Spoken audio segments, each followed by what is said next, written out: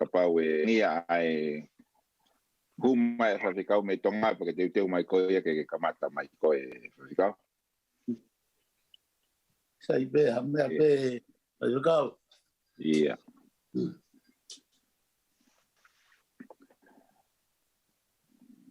Sa wihene tau ka hine hiwa nita tala noa. Kataki nita te ngai aku pe au e ho hingoa eiki ai tala noa. Koe kailea ia. Koe ke maula matole ko hai a kailea. Te ngai atu pe au ia ai nita tala noa. Ko mau pe au ia nita pa ke hiwa mai koe. Koe koe ha tau hiwa talitali lo Tonga tau talitali koe ki he whawhikau me Tonga ke humai. Ka peta toka matarela. Malo nita.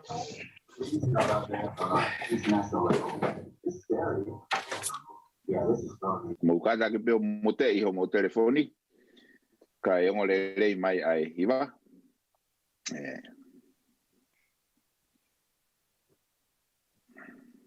Lelei famili ke pepini malo. Iyo. Como te sa? Iyo wongo lelei mai pe.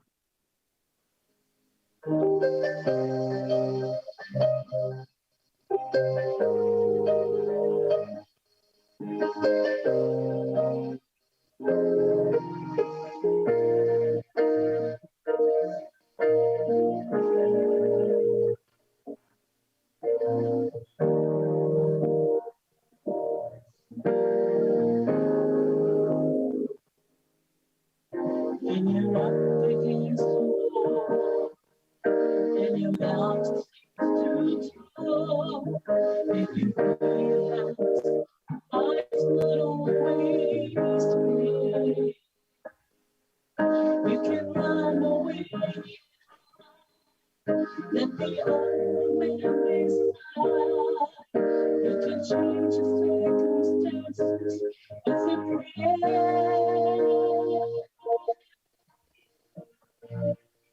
And if things falls apart, praise His name. When you have a broken heart, praise your hands and say, Lord, you're all I need. You're everything to me. You will take the pain away. When I seem to run alone, praise His name. When you feel you can't go on, just raise your hands and say, praise to His name. That is within me. You can praise the away.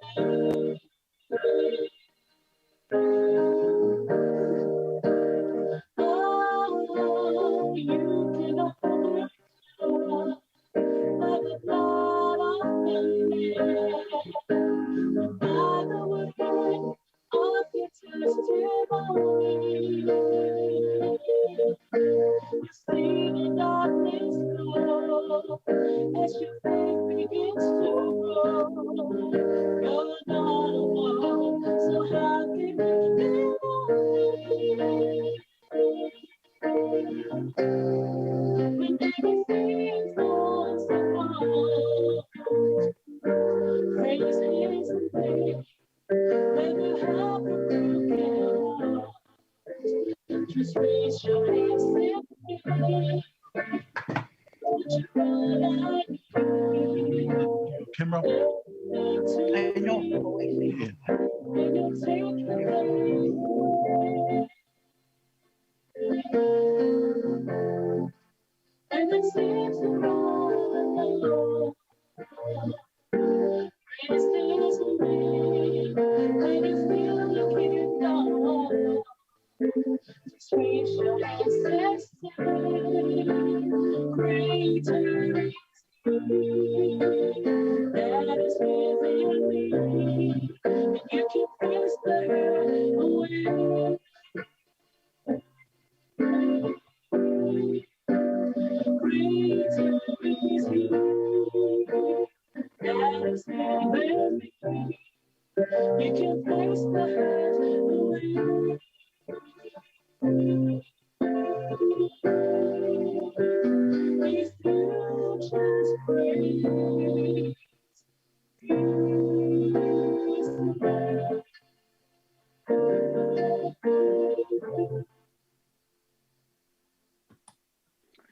malo pito nita hiva mari mo hiva kalau mari ko i ko tau whangoa i he whiawhini. Pea koutou i ko taimi pe ke kamata e tau whakawhamili o e whiawhini. Pea kukole pe ke hufanga i he ngahi tala whakatapu kotoa pe ko ngamaheni hono whai atu me he whaleni. Kai ata pe mo ko whangamari ko ni ke o atu hatalitali rei. Ia teki mo tolu katoa whamili. Te tali rei whoki a whahu, whawhiawhia, whafu mau pe ne asmai, pe ki a eleni i Tonga. Malo au pito ho humai i he tau polokalama. Pe whoki he toenga whamili kai ngalo ai kolisi tutuku. Kolisi na e moui aki e he tangata iki. O ku mo atu e tali rei ke teki mo tolu. Ko e tau whailotu i he whiawhini, e kamata mai ia e whaiwhikau o Pepa, pia kuone o si ilotoni, ko whaiwhikau o Pepa, ko whaiwhikau Lolohea o e siasi a whitu. Pia ngahi tau lahi na ngau e whakatahai a whaiwhikau o Pepa, pia mo Asipeli, i Tonga pe, pia to e hoko atu ki wawau, pe i he ngahi ta whaaki i he whitu ke he pe o e ngau e whakalotu. Pea whawhiawhia pito ke te kumautolu e whaiwhikau o tukutaimi ka ke kau mai i he polokalama ko ia o e whiawhini. Pea i he hili pe e whahoa koe ni, he tukatu lewa ki a te koe, ke tataki a e tau whailotu ko ia o e whiawhini. Malo pito whaiwhikau o Pepa.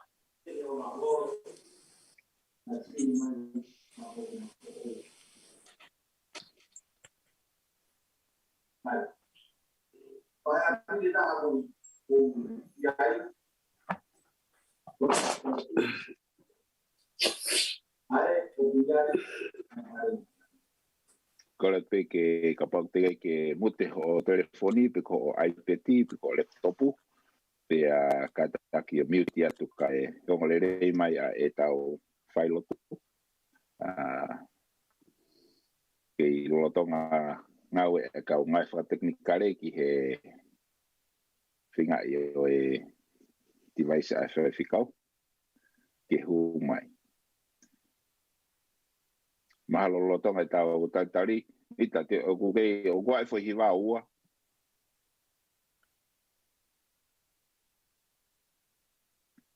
Kata ke o ai maha tau ki whahiwa taha lotonga tau tatari ke i ngahi e computer a e whaiwhikau mahalo.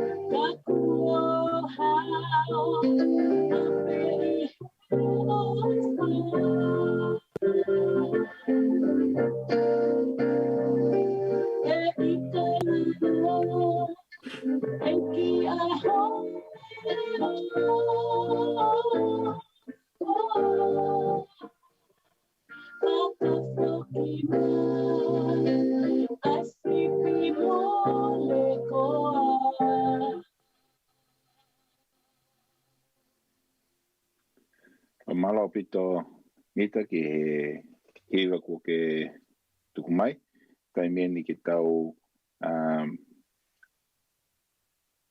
anga whinga maria ki a whawhikau o Pepa pe ko tui pe ku o mau rei mai ngau nei whai ki ne computer ofa sai de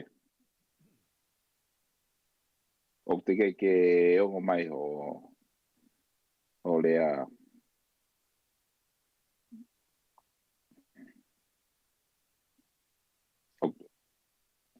o te ke ongo mai ofa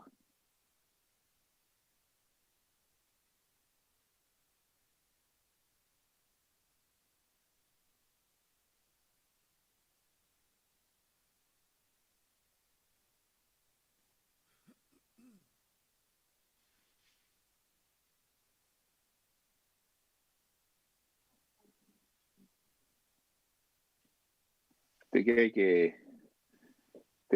ke ongo mai ofa mahalo ka pau e to ho headphone ni unplug headphone ni me laptop ka ai anga pe ai speaker laptop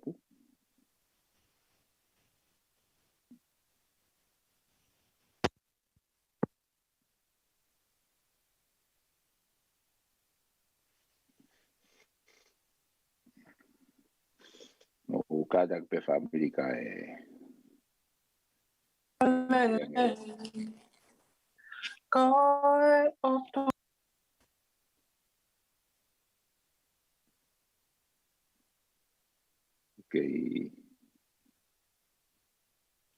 sai pe ke fai pe ngau ki he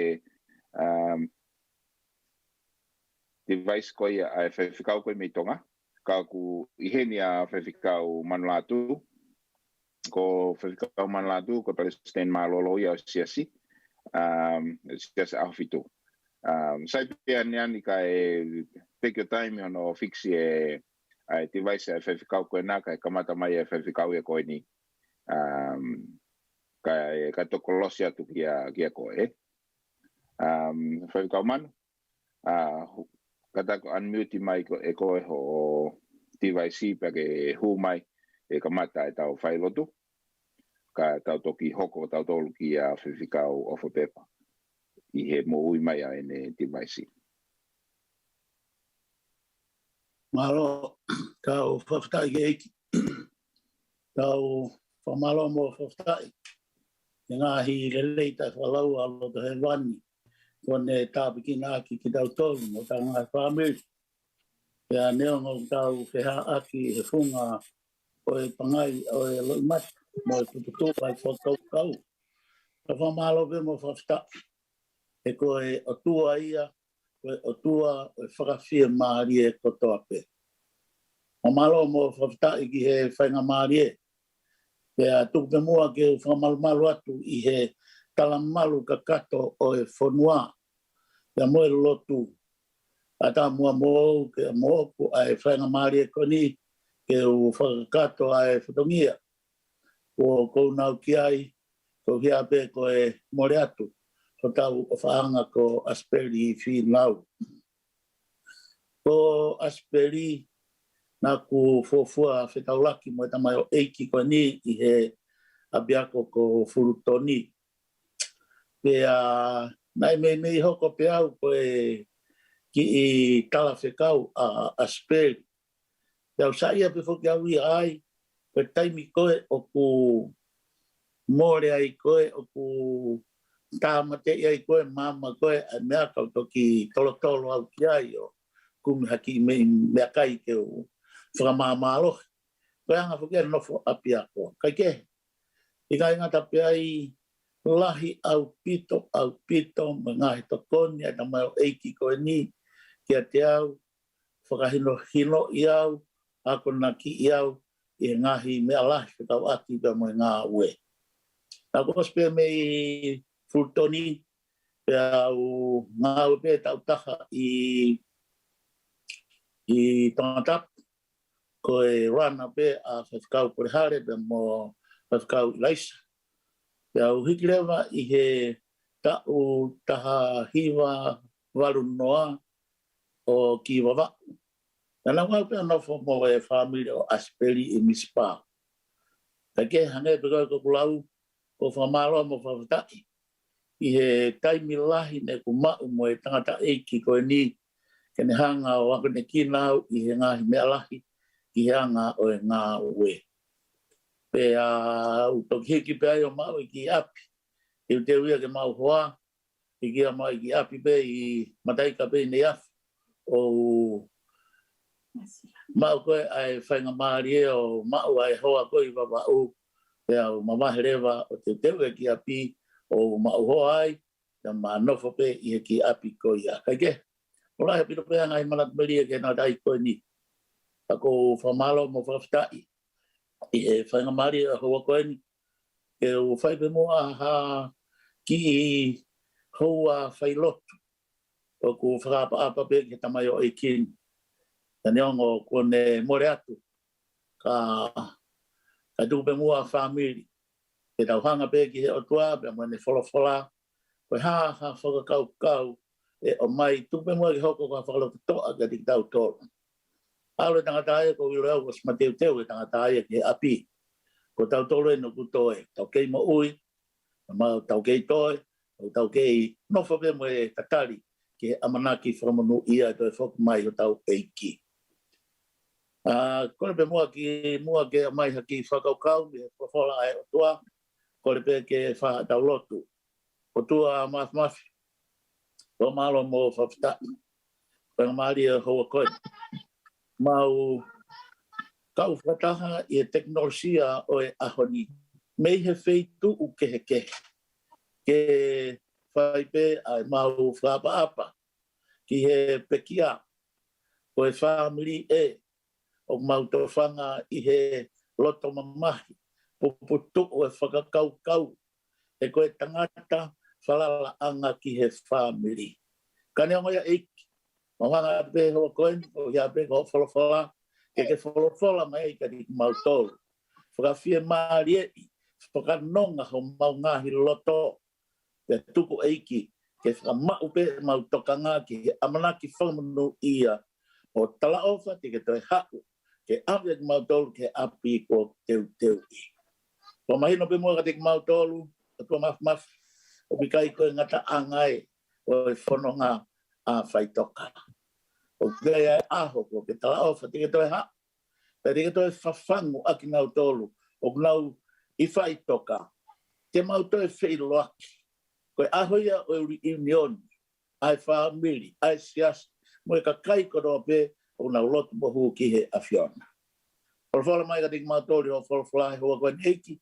O mau kore ngai mea na klais ko alo ko mau whamu'ui. Emeni. Ko e whakaukau o e Vea Finau. O kou o maia pia mei he tohi koia a uraki te Salonaika. Wahe hono wha. Vesi hongofulu mā tolu ki he hongofulu mā fitu. Aia koe tohi whoki eni a paula ki he kāinga koia o e kisiasi I te Salonaika. Aia be anu whakarea. Ka wikai ko kuloto ke mautai ilo e ka inga. Ko hui ko ki nau tolu oku mohe. Ke oa na mou mamahi ia. O hange ko ni ihi kehe oku ikai hanau amanaki lelei. He ka pau o tau tui na e pekia a sisu. Pea to e tuhake. Pea oku pe he. Ko ki nau tolu foki oku mohe ia sisu. E omi a ki nau tolu. Whakataha moia e he otua. He oku mau tala eni ka teki mau tolu i he wholofola ai e ki. Ko ki tau tolu oku mo ui pea toe i he hoko mai ai e ki. E i kai te tau mua mua i a teki nau tolu oku mohe. Resta ano. Ko hui e aluhi fo ai e ki i no. Mei he langi. I he mawama mo e leo e angerola. Mo e mea lea ai o tua. Pea koe pekia i a kalaisi e kamua tuku.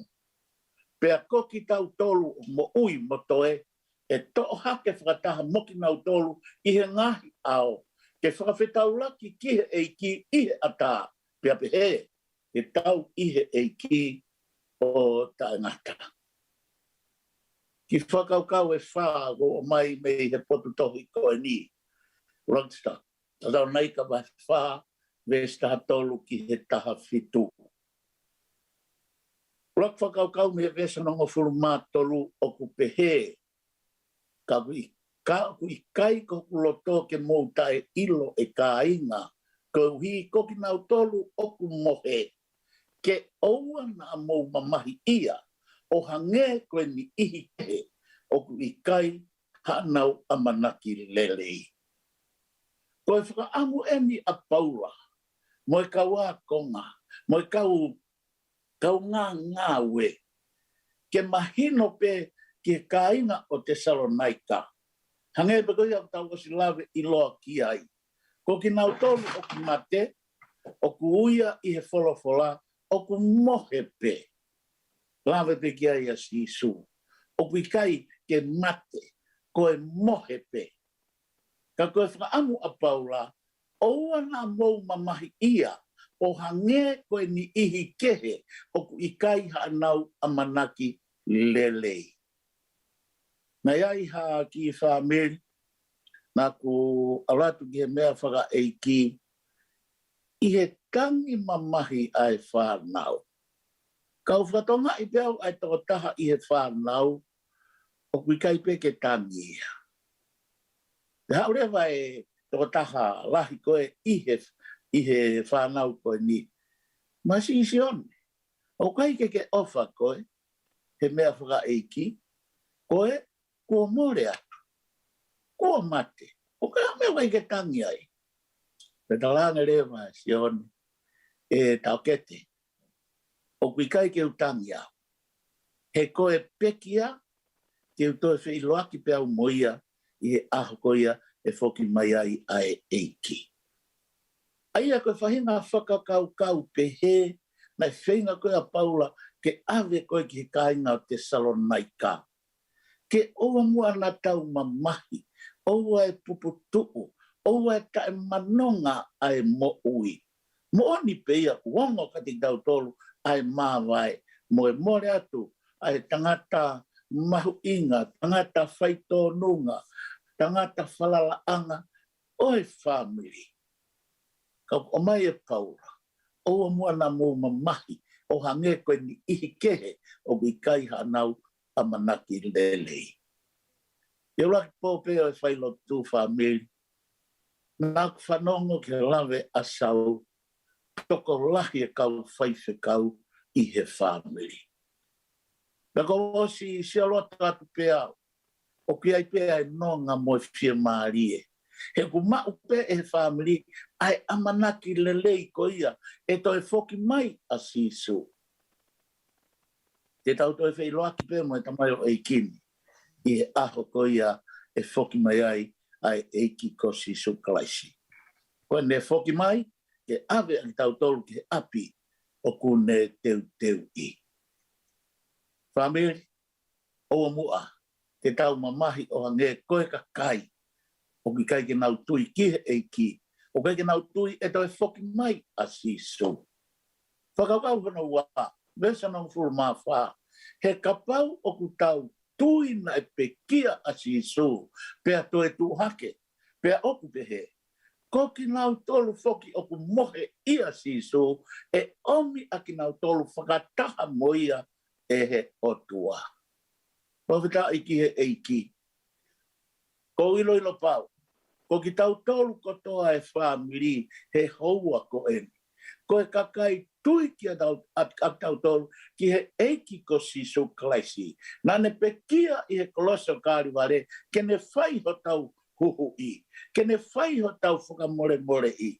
Kene whai ho tau whakamaa. Kene whai ho tau whakamoui. Pau tau whamalo mo whakawhitai ai ki he eiki. Pau pehe e paula. Ko ki nau tolu ko ku tui ki he te kia sisu, mo ene to e tuku hake. E pehe, o pehe, ko ki nau tolu foki na e mohe ia sisu, e omi a ki nau tolu whakataha moia e he otua. Patonga yange, e to e omi pe e he otua. A ki nau tolu ko nau mohe, a ki nau tolu ko nau whalau hola, nau mohe ia kalaisi. Pakakau na tolu i he vesi ko ia hono fulu mani ma, mo hongo fulu ma no. He oku mau tala eni ka te kumau tolu i he fulafola ai eiki. Ko ki tau tolu kumo ui pia toe i he hoko mai ai eiki. E i kai te tau mua i a te kinau tolu oku mohe. Ko i hui, e alu hifo e eiki mehelangi i he mamawa. Mo e leo o e angelo lahi. Mo e mea lea ai o tua. Pea koe pekia ia kalaisi e tomu atu. Whamiri, o hanga pehe vesi koe ni o pou mai ai whakakau koe hono ua. Ko tau tolu kei mo ui he aho ko ia. He kai ke tau mua ki tau tolu, ia te nau tolu kua mohe ia si su kalaisi. He talmai he whalafola koe ni ka te tau tolu. Koe pekia ia kalaisi te nau tomu atu. Aia koe aho ia oe mawawa, leo oe a ngelo lahi, moe mea lea ai otua. Pa e hanga he ngahi iongo, oe mea lea ai otua, kene whawhangu aki nau tolu kotoa pe, na e mohe ia kalaisi, ke nau tolu tuma. Mei whea peha tapa o tuma. Na te mohe ai ia kalaisi, ke nau toe tuu mai. Te nau tomu a tuu mai ki nau tō. Pea whakaukau no whae vesa no fulu mawhitu. Pea koki tau tolu o mo ui motoe. E tō hake whakataha mo ki nau tolu i he ngahi ao. Ke whakawhetau laki ki he eiki i he ata. Pea pehe ke tau i he eiki o ta ngata. Whawhetau i ki he eiki whamiri. Koe mo ui ta ngata eni o ku tau hanga tu koe ki ai. I he tau taria sisu klaisi, koe eiki mo e pule he tau mo ui, ku whai ho tau whakatonu ia, i he mō meniti pe ko ia. Pia mei he mō meniti ko ia, i he tau whanonga Pelikani o ku whai ai hono whakahao ai, whakamā oni i a e tau mo ui ke au ki he ngata anga. Aho koe e whoki mai ai eiki. Whatonga iange. Tomu atu ai kau pekia ia kalaisi. Aki nau tolu ko nau mohe ia sisu kalaisi. Te nau tomu atu mai ki nau tolu. Ki nau tolu e kei mo ui mo toe he aho ko ia. Te tau tuu hake mo ki tau tolu, alu hake whakataha mo ki nau tolu i he ngahi ao. Ko whe tau laki ki he eiki, pia pehe he tau i he eiki o tangata. Kaike, ko tau alu hake koe ni, tau nofo tui, tau e tahawhe, i he wani, pia moho tau eiki, mo e otua, tua ka tamai, alo, mo e laumārie. Whamiri, tungua ke tau una loto, mo e amanaki whakamonu ia ko ia. Te tau ihe api ko he wani, te tau ihe eiki o tangata. O tai e toi hokatu ia e whanonga, ka koe whakau peno ko mai ke whakaloto toa I aki tau tolu I he hoa koe ni. Whamiri, oua mua na tau mamahi, o hange koe ni ihi, o kui kai hanau amanaki lelei. Whakapapau e uke mau ai amanaki lelei, tala ofa koe e toi foki mai a sisu. Oua e toi mahu inga hamea ki he mo ui, ka ke whakapapau I, o kuke mau, o kua mau, ai amanaki lelei, o e toi foki mai a sisu. Ko ki nau tolu foki o ku mohe I a sisu, e omi aki nau tolu whakataha moia e he o tua. E toi o mai pe e he o tua aki nau tolu. Nau tolu mo ui mo toe. E nau aluhake whakataha moki nau tolu ke whakawhetau laki ki he o tua. Pea te tau ihe e ki o tangata. Ki whakau pe ke whakamaa o aki ai ki whailoto e hoa koen. Whamiri. E umotua mo e whahu. Mo e whamiri hono kotoa. Sa me whanga furu maano na mo e ves ulua ki.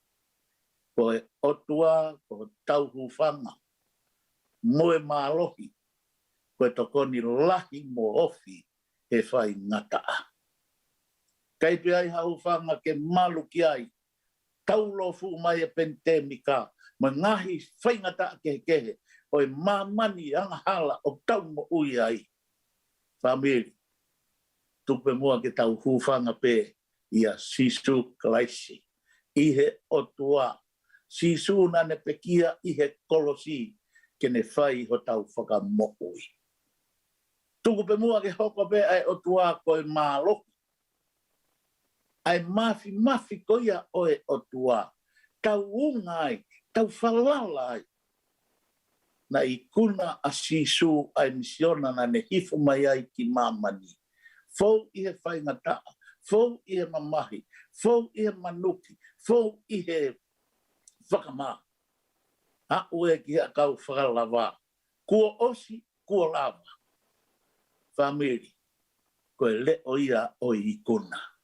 Ko hia pe, koe mafi oe otua, koe mālohi oe otua, koe mālohia nā nei kuna aki. E kai peke tau toi kuna tau tolo toi mahinga toi mālohi. Pe koe iwi whakapaanga, pe koe iwi whakaatomi I kai. E tau laka me he tāpuaki ki he tāpuaki, monu ia ki he monu ia, I kuna ki he kuna, I he mālohi oe otua. Koe tokoni lahi mo ofi he whai ngataa. Io, koe hape ai whai ngataa o ku tau to whangai I ngahi aho whaka o sini. Neonga more atu e tangata whai aonga lahi, whalala anga, o whai tonunga I he whamiri. Tupe mua, ke hoko pea Adonai Sihova, koe tokoni lahi mo ofi ki a teki tau tolu I he taimi koe ni o e whai ngataa. Ke whai Tangikina ki mo tole si haunga, me le tauhi. Ke malama mai, ai nau hono whawhanga, o ne oatu e ne meli no ki a te ki mo tole. Ke tau lotu, o tua maf. Tui o ngai tu I eiki o ngahi eiki. I he kamata a ngā, nā ke ngauhi ai langi mo mamani. Nai fuafua noa, lao, pea whakapo uri tuo. O whaki a lau maria ma oni. Pea ke wholofola, ke iai ai mama, pea na iai ai mama. Ai liliu, whaka au furi, kou hia koe mafi, o e wholofola ai a Fiona. Mei he fuafua noa, lau whakapo'uli, wholofola pe ke mama, pea mama. O tua mafi malo mo whaftai. Koe o tua koe. O ku whakamalu ai ai whamiri koe ni. O ku mau whakamalu ia te koe. He kua au a mamani mohono mahu. Kou la moe siliva. A ue ki e mau mo ui whakafo I tui. O ku a au kotoa a ki mautoa. Tuku mua ki hoko ai wholofola e hoa koe ni. Ko ha whakaloto toa, whakanonga, whakawhia maari. Ke ulmotu ai whamiri. Ke he whahu, kau whaife kau. Mo ki mau tolu kotoa pe. O mau kau ke hoa lotu o e hoa koe ni. Mau ila mau tolu eiki koe tua koe ia e nonga mo e whia maari e. Pea ko koe pe te mau mau mei ai. O mau hanga te hoa koe ni, o more. Hoko pe koe koe whanonga mo whawhia maari e. Pa ke whaki mai ho o meri no, ke mau wanu ai i he Pelikani o ku mau whai. Tau te whito ke hoa koe ni, ai more atu a Asipeli Vea Finau mehe whaamiri. Koe tangata, whai tō nunga, whai o sikia velenga, ai whatongia, pou mo tō koni langa hake whaamiri. O hai te mauhanga ki ai, i hene wholau hola o ku whai. Whakamalo eiki ki he wholofola e whiati koe ni. Tuku pe mua ke hoko pe koe ko mau hu whanga. Ke mau malu pe i a te koe. Iho o tala o wha. Oua te mau vai. O kia te ki mau tōru. Te ke hanga o toko nii. Te ke hanga o whakamalo hii. Te ke hanga o hapai ki mau tōru aki ai nima tō matau ho o anga tonu. Whamalo mo whawhitai ki he tala o whafungani. Ke mau hao pe mo hufanga pe i a te koe e o tua.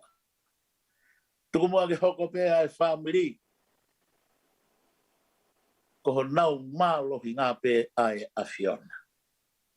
Nā ke wholofola pe ke mama. Nā ke wholofola pe a hoko. Nā ke whekau pe a tuku. I he wike o e whakatupu. Pe a tuku au mai ai mo ui. Si su i he university o mau mo ui ai. Neongo e whai ngata a. Kanane whakamaa ai kilia. O a upe kia mate ko i whai toka. Nane wholofola pe lasa losi tuu mai. Pea tuu mai neongo ko lau aho e ne nofo i tāne ki nanga. Koe mafia o e awhion. Ke hoko pe mua ia ko mau mālo. I he Pelikani o ku mau whai. Hoko pe mua koe eiki. Koe to koni lahi mo ofi. I he taimi o e whai ngata. Whamole e mau tōno no kotoa pe eiki. Ka ke kau mai pe, ke hoko pe koe whanonga mo e whawhia maari e. Ki e ulmotua mo e whahu. Mo ki mau tōlu hono kotoa pe eiki. Koe lotu pe ke mau whepikini ma whakataha. Ka mau whelotua aki. Fe poupou aki ka mau whetokon aki. Ka mau uawang taha. Ka mau taha pe ia te koe sisu. Mo e amanaki whakamanu ia. Te ke toi whoki mai. Te ke toi whawhangu mai. Ai tamai o eiki koe ni. Te mau toi whei loaki pe i aho. Te ke toi whoki mai ai. Tuma eiki a whakaukau koe ni. Ke hoko koe whanonga mo e whawhia maari e. Ke te ki mau tōlu hono kotoa pe. Tapa kotoa e o pe. O kia i ai whamiri, te mau whakamalu kotoa pe ia te koe si su. O mau kore ngai mena Klaisto alo ko mau Manapo'uli. Tau e kelese tau eiki ko si su Klaisi mo e ofa da mai. Mo e whiohio lau marimane ni. No whaho o whae di mau tolon o na hili. Ka e whai peo tai ngata e meni. Koe peke eu. Patapu ke a whio, a tua mafi. Ko e ao niu, mo whakalewelewa, i taimi mo i tāni ti. Tapu ke Hawaii ki, patapu atu ke whare kau Manapo'uli. Tapu atu ki ana mo ngā Tonga. Ea ko whakatulau ki a Kilikili o Manapo'uli. Tapu ke hui tau kau mai whanau paia. Tapuat ka ele ni ka mai whakatua whawhine pe pe ke whakatehi nā. E ko whakatapu atu ki whamiri kotoa pe. Ko mou mea he paengani. He whiawhi koini. Katapu makehe atu ke si kau ngā whaifkau. Ko mou mea mai ke tau kau ngā whakawhiao. ai uma ai whakatapu makehe, ke kau tangata funga Manapo'uli, koe o whaanga, o Asipeli Vea Finau. Kai ata mua me motuani, ke whawhawhonga whakamalo, koe whakau, o kou tuku e whakawhetai pia mo koloria ki o tuailangi. Tau hea ko ne whakatoka maari e ai hala whanonga toka tāmaki u tau whanonga. Pia kei hoko pe o ne whakamalu. Ai hala whanonga e toawha tangi o ku tau whai whanonga. Ta kai a koi a o kune kei tā mo lolo pe fita. Oi wā whainga tā neonga o tau kei kafu no nawa. Me hake pe hape au. Pe toa mo e ka po uri. Pe au kei po uri ai hapi ko whetoa. Pe kai ngata ai, aku winu aloi mata ai, ai kolo ngata ta. Pe lolo tonga ai po uri. Ko to e la mariwe a ke tai mou e mate ho mauloto whare. O ne ave ai e alomua ho mau waka. Pe ave ai alomua ho mau kiloto whare masiwa. Pea moho mau family. O hange koe au tau heni ai he fia fini. Aku moho ni pe, ai puna ke ia. O tuku pe au ki mui ngai mea nai mei marui. Whakawhetai ko tako tau pare tua. O kei tu pe mo e pou. Pai whakau ke kia lea se unga he motuani. E whakamaloat pia feituna. Whakamaloat kia te koe koe huia koe koloa ko tuk fufu he otua ho lau maari e. Ke huhua he pae ngani koe tāpua ki mue whakakoloa moni. Te koe lea moni ai wholofola. Te koe tala noa kau whakau loto. Ke tamai koe ni mue ku amanaki he tui. Nā ne whakatoka peho no pununga. Te ne whakatoka peho no mohenga he eiko si sukalaisi. Te koe whakawhetai neango ai alo tāmaki pia mue popo uri he family. A koe tala merio he fiafini. Te koe koloa ia ma ai whahu. Koloa ia pe a mai witou. Ta mo whanau. Te te hege family. Whamalo at. Ko hia koe tupo tai. Ula ve i pe wonga anga ia hope au where ai ngafa lahi mo ngai whatongi a ke whai. Ta koe loto tōku mo whai ke mana tua mai ai so koto kareni. O whonga te whamalo mātua ki loto honga pe me he witou mo whanau. E pe hege family hono koto pe. Tawanga ki o tua mafi ke neri waki ha tāpua. Wa monu ia mai feituna pekene kei fai tāpua ki na ho whare. Kai uma e whatongia. Paka talu tau lere aki ka koe lotu ai o tua. Lewa malanga kau te tau atu.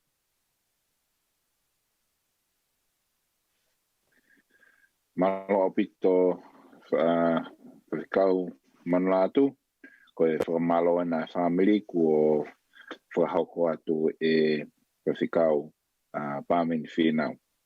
Pe family koe anga maheni foki koe I he whailotu. Oki ai pe mo ngahi kapati pe koe whanki mea kai o kutu foto whaatu. Kau kai ke hoko mea koe ia I he whiawhini. Koe mea koe e whai. Ta alu pe o mai pehane kapati o hau moia. O ti mai pe po hau maa paku pe ko hau keke. Koe ngahi mea tau nga maheni koe ki ai koe I he ngahi whailotu.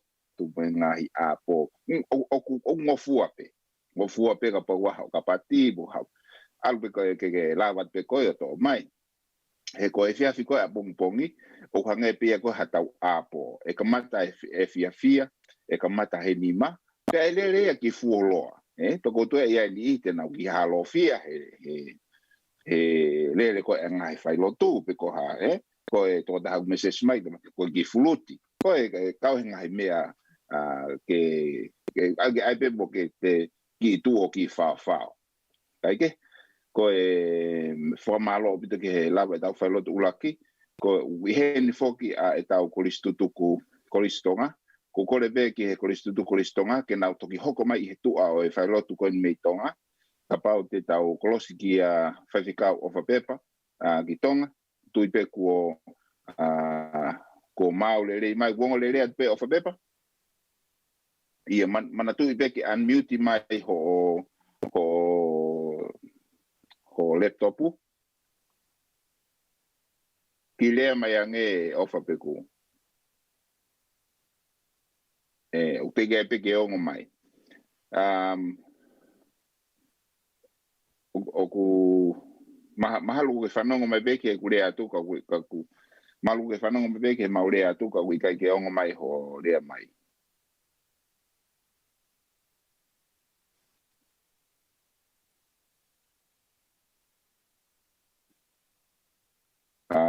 O peke ongo mai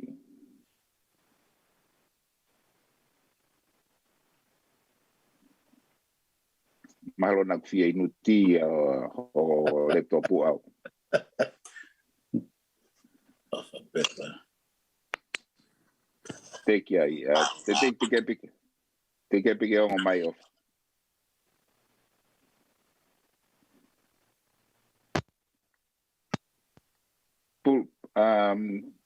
To ange headphone ni me he laptopu.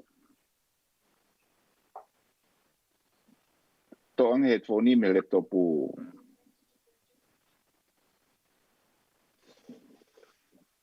E whaatai me taha wha tui headphone ni a kui kai ke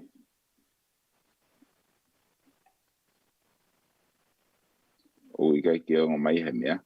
Kai lolo tonga e tau ke i talitali ki ai, kore atu ki anita, ka ataku anita o hiwa maha fui hiwa. Pea tau toki ki wakai ange ai whaiwhikau me tonga. Malo anita.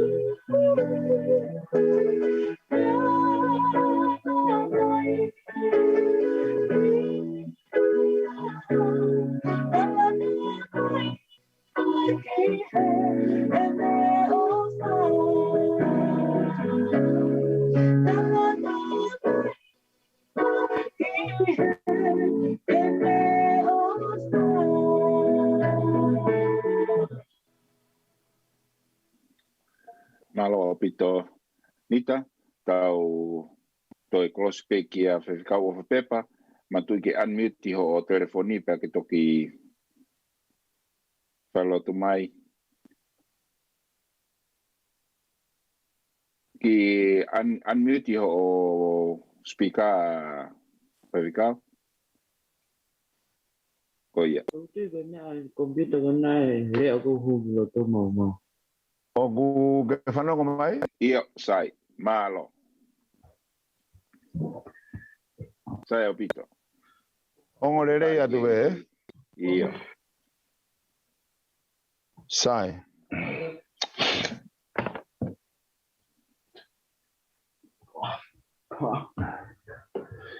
Sai malo pito tau whawhitai ko tau peki o tuai tau au sia mai a FF koini ke inasi he manawa mo ui. Kola ia e matua koini ke u kaua te he whailotu. Ke taha e kau tangata ko kau ngā ako, ko kau ngā ue. I he ngā ue anga koini o kou iai. Nga o wale au pito i he ongo mai e talaku o pekia a Asipeli. Pea nāku whehu ia koe hana ia e uhinga. Ne ongo ia e kai te whehu i ke o toa he kone awhio i mea ko toa pe. A koutui koe taha pe halafononga te tau fōwai e hau whawhau whāmai e ngahi me ani. Pea o ku tupu. A kou kore ke u hufanga i he ngahi tala whatapu ko toa pe u whai atu ka tā mua pe mwau. Ke u whai atu a e whailoto e whafkoeni pe me i tongani. O e mea whakaiki koia a e tamai ka koe toko ua. Koe kau ngā Pelikani, koe kai ngā lotu. O e sia si, ki mua e tau hoka tu, ko kore me mua ke u ki whai halotu, ki mua ke tau lau ai wholofola e whafkoeni. Te tau lotu. E o tua mafi, whamaloa te koe he whainga Maria e whafkoeni. Lava ke whai ai ha talanoa pe mi ho wholofola. A e tohi kune omega te ki mautolo e amanaki rei. A ko i ki mautolo i he tui ke mau whalala ke a Fiona. E o mau whawhetai ai ke te koe. Whamore more atu i he ngahi tono no ko tabe ka ke tokoni mai. A ke hoka wholofola e whewhini koe whangaloto lahi ia. Ke sau me si whanau, ala noni ka umaa e toi ngai whanau. Pea pehegi he whoto tehina, whamiri si. O mau tengi hia pe me ngai whetu ke heke. Ko hui koe waha wholau, pe me ngai whainga taa ke heke. Pea mo e whainga taa lahi, o ko video huk tonu i he loro tongani. Tāpoki i mai wholawholanga ni tāpoki ai mau mo ui. Whea e mau loti e sisu Christ ko alo ka ko mau wha mo ui. Amen. Te ulaua e poto tohi koen te ungawea ki he whiaf koe ni kou toia me tohi koe na tāne lapa me wahe koe hana hofu maua. Pa malo at fōki e tangatai ki President Malolo, whiafkau man Latu, i he whailotu nāne whai. Te ulau ia me vesi koe no uloa ki ke vesi koe a hono tolu ai au peheni ai whakarea o vesi koe ni. Pa he kuanga koe ia e tūhake ai mai kare, ai eiki lahi. Ai aku tokoni ke whanau aho kakai. Pa he hoko ha kuanga o e mamahi. Ai ana ikai au pito hano tatau, talu mamo iai hapure anga. O au ke pure anga koe ia. Pa he whakahaufi ho kakai, i he kuanga ko ia. Ai ako toa peo ilo kua tohi, i he tohi. Pea e a ai toko lahi, o nau tolu, o mohe i he efu o i mamani. Ko ni ihi ki he mo ui tangata, mo ni ihi ki he mohe, ki he mamu e manuki tangata. Pea ko nau tolu, o kupoto e ngingila o hange ko i ulo o e langi.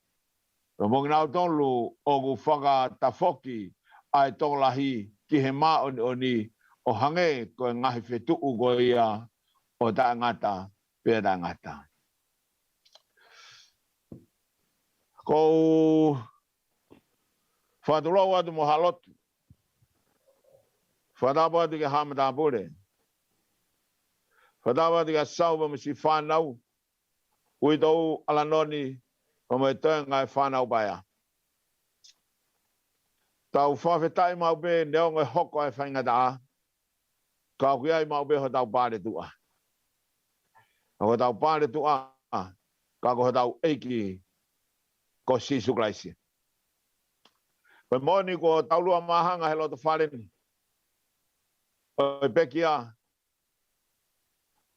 ai fetukutuku amate I he kuata be koe ni. Kai kai tau hano e bilaunga. Neongo koe kota morela. Ka koe kai ke whai ha hano be koe launga.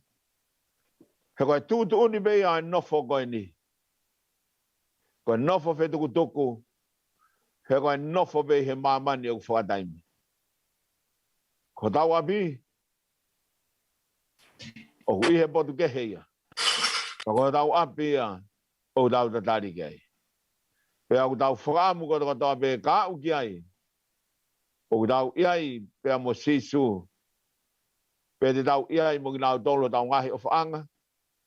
Ko nau tatau mai he nofo koe ni. O tau mua ki he nofo. O e kaha u. Ke tau maua i e fia. Ko e talanoa e whiaf koe ni. Te u talanoa tuai. I he talanoa koe a o tānela. Ko tānela. Nai ame ia ki Babylone. Koe hopoate. Koe muakia he hopoate o e whanau a Sudan. Pea mo e tokotolu kehe. Nai ame ki nau tolu ki Babylone koe kau hopoate. Koe maari o e talanoa koe ni he hanga he talanoa talamai ka te tau tolu. Ai muaki o e whakakau kau. Nai ame koe uhi koe whaingataa. Pea mo e tautea. Kanai hoko ia koe whakamo'ui. Pea hanga he otoa o tāpua ki iai. Ake nau tolu nai whaita tonu kia te ia. Pakatau kai nā tāneala me vahe on furuma ua. O kure koti ai he historia o pehe. Koe tohi eni ki he kuonga o e ngataanga. Tāneala me vahe on furuma ua koe tohi ai he kuonga e ngataanga. Koe hano hinga o kungawe a kiai. E kau historia o nau hanga o talamai. Ko tāneala vahe on furuma ua koe tohi ai kuonga e ngataanga. Koe hui koe asia e whoirea koe ni koe maikare pe koe maikeri. I he pakfo. Koe ne hāmei koe a ai maikare i ai. O ne hanga talamai ka te ki tātolu. Pea nai tuku a maikare ki o lunga. Koe hinga e tuku a maikare. He koe a uene a mamani ki he kuonga whakaosi. Koe mari uene o taimi he kuonga o tau i ai. He koe uhinga i e popa ke angelo e totolu. Ki he kuonga whainga taa koe ni. Ke au ke taha ko tope. Ko nau toko ni pe taha ai otua. Ko nau wausia ai pure anga koe otua pe. Pea koe a toko taha pe. Ke nau whalala ki ai. I he taime o whainga taa. Ko hui e koe ha. He ku whe tuku e he te volo ai kakai. I he ngahi whaunga ke he kehe. Ki he ene tafa aki. Pea koe ne kai ngatui. Pea mau tolo mau mea mai he whiafuka ni. Ka pau he kai. Ke tau whalala ka kato. Ki he tau kupo sisu. Hono mafi. He kai. Ke tau wausi e tau tolu ai whanua. Kau whea mau ia ke tau wau ki ai. O whea mau ia ke tau wau ki e whanua. Hanga he talanoa koe ni o talamai ka te tau tolu. Nai tohi ane Daniela ku tuua mai kare. Ko whe ai taimi nai tuua ia mai kare. Rekote te Daniela mahi on furuma tolu vese taha ua ta tolu. Daniela me mahi koea hono fulu vese taha ua mohono taha tolu. Ai haua mai kare o talanga Daniela. Daniela. Nai longona holo tua uia ihelangi. Kana e whekau I mai au ki he mamani koe ni. Koe uhi koe whainga taa koe hoko helo whare koe ia o mitia pia mo pesia. Pea nau whewha uhi ai. Pea mo e pure koe ia o e prinisio pesia I ahe uata. Maria koe tā noa wholawholai. Pea ne ufafa uhi mea moia he aho e wadaha. Pea koe ne kakato ni ai ngawe. Pako hau ke talatu kia te koe ai ngongore rei. Ko tari he o doa a holo tu. Koe liu koe ai foki ki seusare ma e whahoko ia. Pea hei gai ke toi tuku ia. Mauilo ka tau ngatanga. Koe alu ke he langi koe mea ia o doa. Koe hau sia ai whonua. Koe hinga e kutuku ai a mai kare ki olunga. He kai lava e au ke ave family, he kai te lava e koe ke ave family. He kai lava e Asipeli ke ave ala noni pa me Tonga family. Pea mo e whanau hono katoa. Pea koe hinga u tuku ai a mai kare, i he konga o e whaingata a, hoi ngata angan. Koe hinga fia maua e o toa ke te ki tau tolu ke tau wa usi ko toa ai pureanga o itaniti. Hanga he tala noa o tani ala tala mai ke te tau tolu. Pea koe tuko ia a mai kare ki olunga. Ko ki nau tolu nai mohe i he efo e kere kere. Ka koe kau ma oni oni. Tenau tuu. Tenau tuu pe tenau hima. Tenau lanka ki sayone pea moe fia fia. Ha konga whainga taa bihin. Konga e ngatanga. He kai tuku ai. Ai tawa ewa ba moe otua. Neongo. Ai fe tuku tuku amade. Tau a ewa ba moe otua. Pea fe mau ia. Kapau ke tau a ewa moe otua ilangi. Tau ulaki a ewa moe ia imaman. Koe fe mau ia. Ke whanau. Uitou. Family hano katoa. Tau ulaki ai ahi ia langi imamani. He tau a ewa pea moia. Pea hanga rewa he tala noa koia ai ve sio tala mai. Pea koki nau tolu koe te nau tuu he aho koia. Te nau ulongi ngila hange.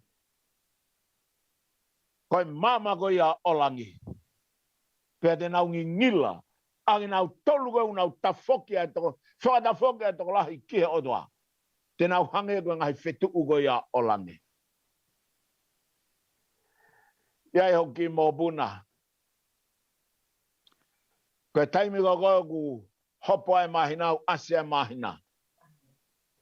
Kono tautaha mahina waluen. Ka kone aspe ai mahina ku ne pehemai ka te au. Pa, muni, sio muni. Pa koe mahu koe ki tua, mei whareni. Koe ne sia koe ki he mahina. Pea toki kata mo. Hiki hono ki ni maki o lunga, pa, mun. Pene pehe mai rewa, festa. Koe sta e ulo hifo koe. Pea ne sio koe, vou esta. Koe ne tala mai ia, ai whaka ofa ai sta. Kau talangi ki ai. Neo ene kei vare. Te ke ulo pehe, ha aho. E tuu ai a mai kare maau.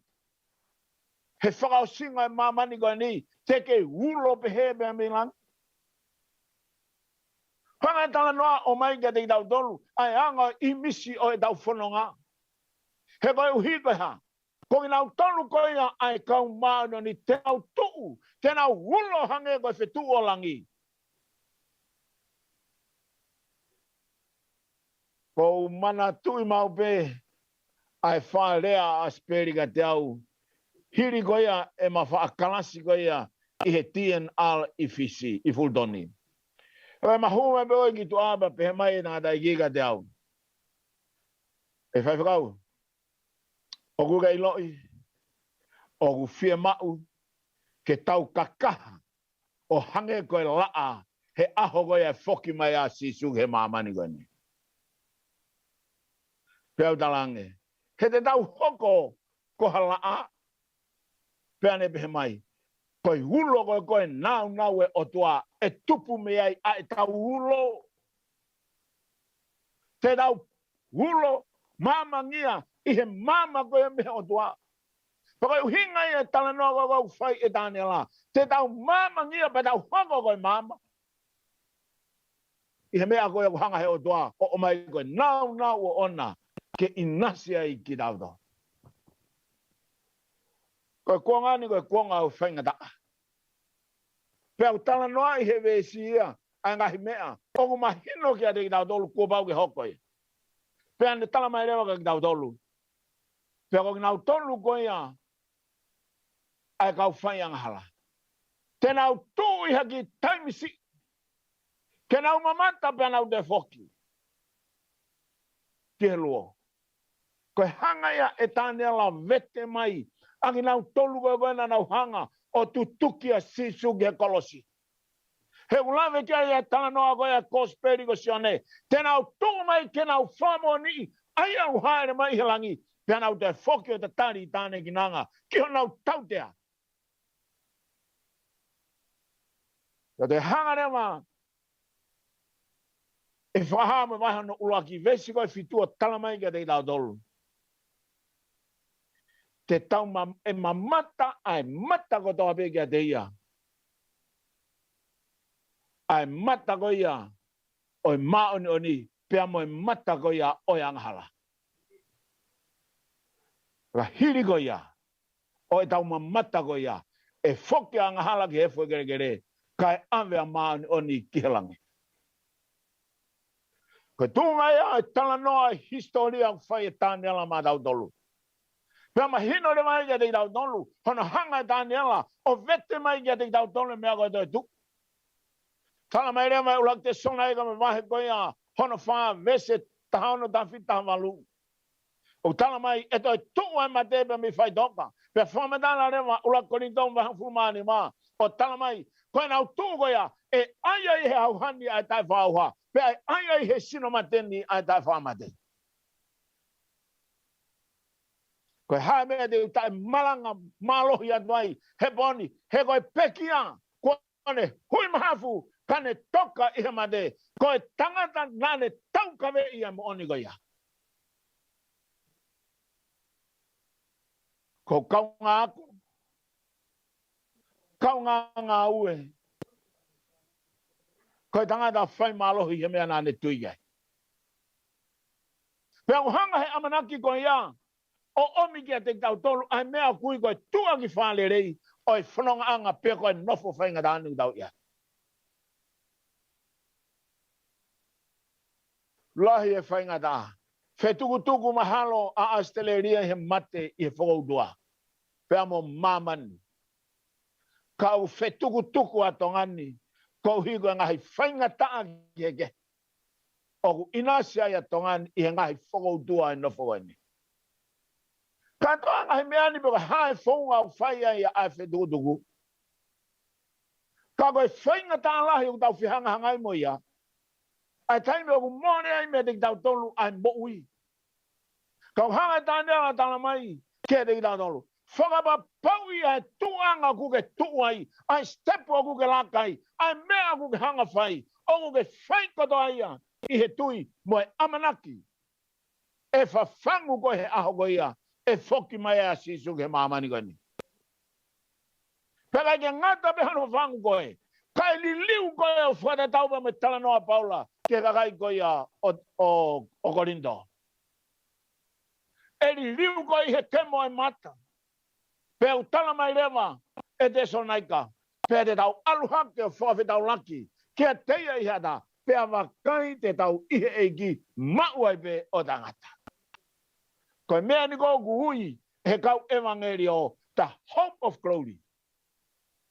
Koe amanaki whamanu I haini o kutau iai. Nei ke hanga e paula koia dai tusi o ne talange kai. Puke ke mau e amanaki whamanu ia. He huwa veni pe ai tau wau kia. Family.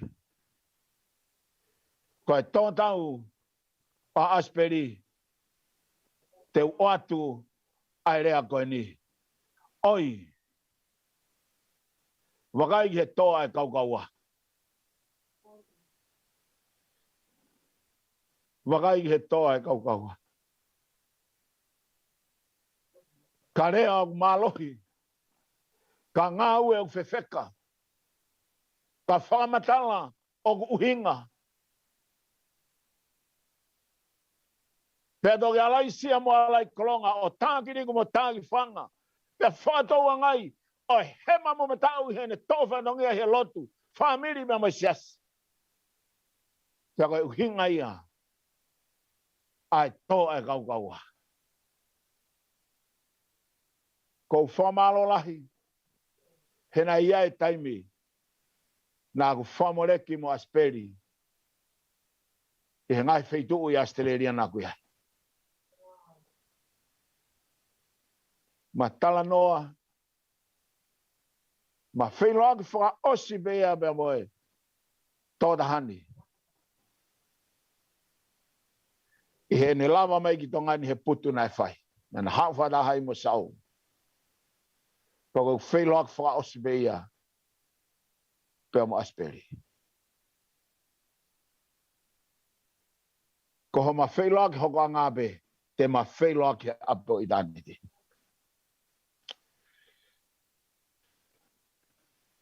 Ko e whawhangu o mate me whai toka.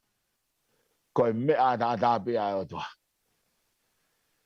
Ho hanga e tāniela omiga te ki tau tolu. Ai amanaki le lei ke tau whalala ki ai. Tau tui ki ai. Whamiri, kau teike ka kato.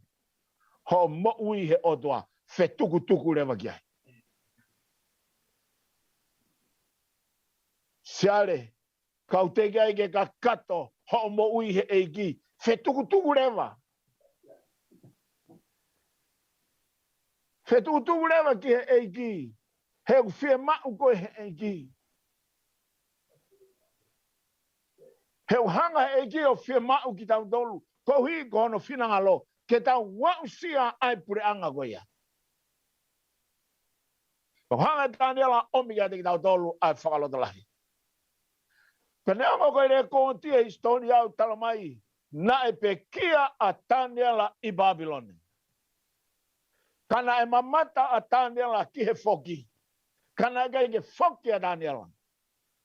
He koe hiko hono whatongia ke whare oitui. Ka ke puke ai ka kai o kutoe. I he amanaki ko ia. Mo e whalanga ke otua, neongo e whaingata a ko ia oi puranga o pesia.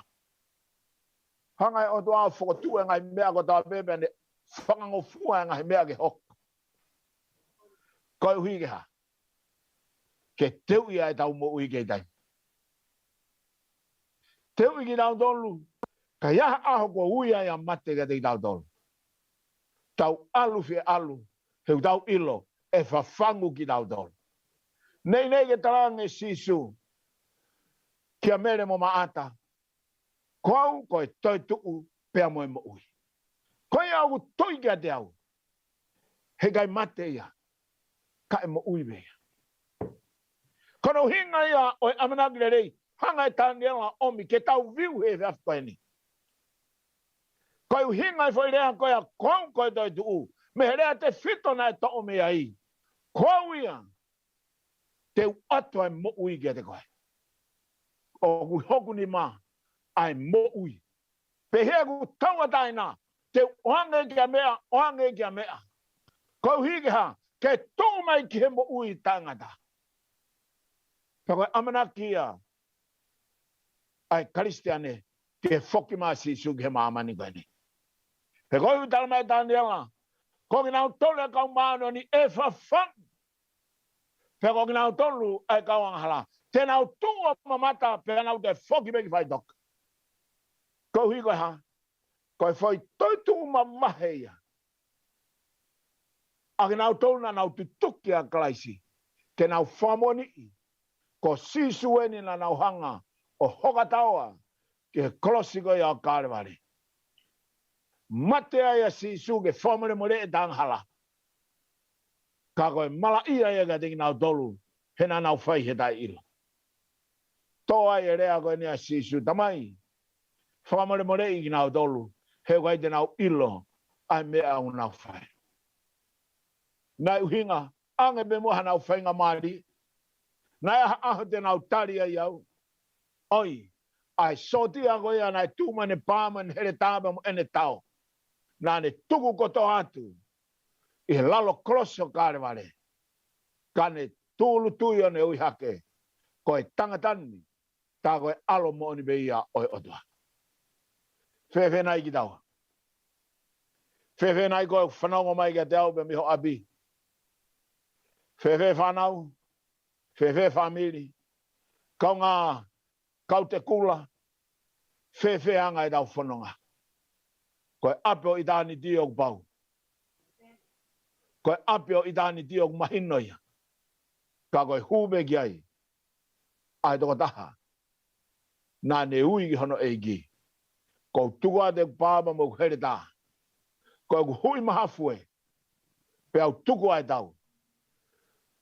Kau hu atu ki he kolohau. Ko whatawange he whini. Ku wauata e pōpaka tāne alaga te motau. Pe hanga e o tua namoa ai loto me mo ui koto ape. Kai tau te whito. Ke hui tau pa me si whanau. He koe tā kuongo. O ku kafo ai ai loto. Ka tau puke pe mua. Ai tau amanaki. Koe hui ko sisu. Ke tau mo ui ai. Malo au pito e mau whainga maari e. O whātu kia teki mō tolohon kātoa. Ke tau lotu. E o toa mafi koe mau tamai ai a whiono ka whiuhelang. Mau whawhetai lahi kia te koe mau pōpo aki o e whiafkoe ni. Pōpo aki o aunga. Pōpo aki o mahu inga. Pōpo aki o kune hanga whakaliriu ai loto.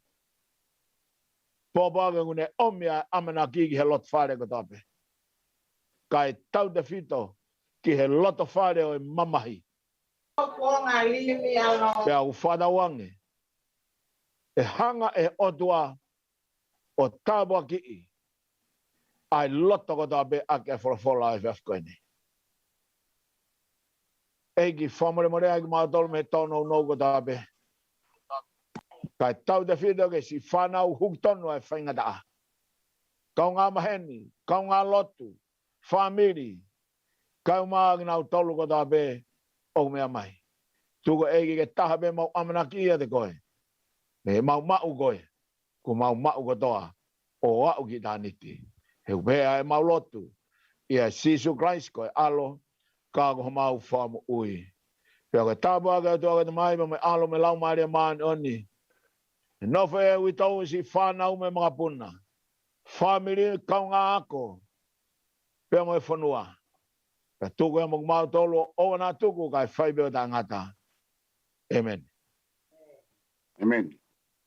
Amen. Wau, kore whamore atu. Upe mua ke u whamalu atu e tala mua. Ne takua ne whiawhi. Ka e tu ke whakatulau he. Rea mo ana mo ngā Tonga. Ka uma tangata ko Kilikili o Manapo'uli. Ia ki he uitau. Ka uma e whare mamahi. Ka uma e paengani. Ka tuku mua ke tari e koloa. Mo whai a whakamalo. Ko i uhia ko e koloa mahu inga. Ko tau toki whanongoa. Whaifkau. Ange ko ia nā ke mea ki ai. Ne situ ai matangi he ngahi aho ko alu. O amanaki ko situ ai pe. Ka to e ta foe o angai. O tau moririu he o waha mo tu. O ne kere ia e taulanga ko pulo tu. O ne lulu ia e akau fua pe a festa aki mo ngahi akau tu fonua. Ia whakatola o ngahi kakala na whaisi ono tau hia. Ia kuongo e tangiloa pe a mihala lulunga. Ka e whewhe he koe wholau ki kai koa siu pe ki tua Tonga. E toi whoki mai. Pe ko ha tala pe kai tari. Ia koi ai whai ai tauanga ai. Pe a moe tau motu. Ai kāinga pe a mei he funga matahiwa. O kua mātuaki, whai le ani mo honga ia me takere hoku loto. Ai mātua ki ongo ke motuani ai tautu ua kua mou whai. Ko tui pehe kai te ulawa o whakamalo ia whiunga. Ai ongo sia mea mai ko hoko he fia fin, hoku ki mea whaka eiki tuani. Ko whe whanga ko whetoa, e ongo sia mai ai ai wheituna. I hoku ki apisia tua. Hange ko ia ko talanoa ko ke whai. Ko kaunga mea ko kaunga ngā au amanaki pe. Nei ai peha aonga. Ko tangata i kini ho mou ngahi aho. Ka malo atu au pito he folo whakakoloa. Ka malo atu he kurea he folo pea ku ngā aue. Ko mea pea nei mou ia he tangata i ki koini. Ka malo atu kia te koe whaifkau koe tuku ho taimi. Malo au pito ko mana tua mai e pare ni. La vei pe ngahi aho kia e ngahi mono wahea ki tautolu he tahi lahi o mamani. Kai uma e lo au kei tūta kai he mama ku tau iai. Malo lahi atu kia te koe. Kawange mo e ki ke riu tāpua kia te mana wa kua tō. Pehe e fwe tauange ke lau maari e whaifkau. Koe kene haere mai. O, whakamonu e wholofola ko maulo tō. Pea hange ke mea nā ke mea ki. Koe tā kaua mo otua i langi e kamatai mamani. Whawheta i ki he e ki. Wha malo atu. E tokoni pea mo e pou ko toa pea koko e whakanonga i ke he witau ka e maa. Ai whahu pe mo mautolungi hono katoa pe lewe malanga ko ofalahia. Malo pito whawhika ofa. Pea whamalo pa mintau, whaerea whamalo, whawhawhunga i a whamiri. Ko lawe i pe kua maa uloloa e tautua e kolisi Tonga. Pea whawhiawhia i he whangamari e koini. Ko whaampe ke tukuanga e whangamari e koini ki ka atoa kilo pauka mea, ka maa e toenga o kaunga kolisi tuku. Tua te whangamari e koini ki a te motolu, e mo whaia hatau whawhamiri. Pea i hili pea e whakawhamiri e kolisi Tonga. Pea hoko mai rewa a whaiwhikau Tangikina Lolohea i he tua koia o kolisi Tonga. Malo au pito. Matu piki unmute ho mo device pe toki kamata mai ho mo file tu.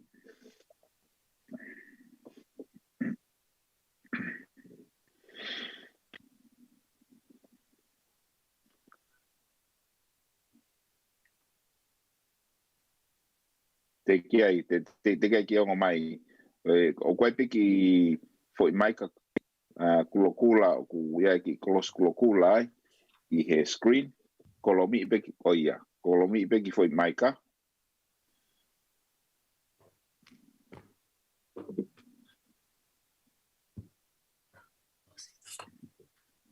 ka mon pe ko listu tu ku ia na to ki ha computer ia ki mui ka ko lisimu ka to ai ni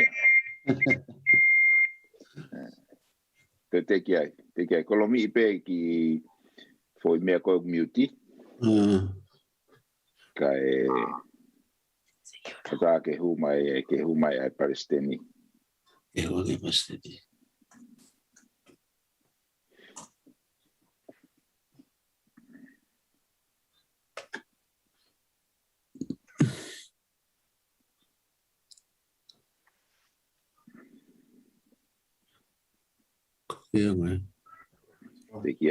Io, sai. Io.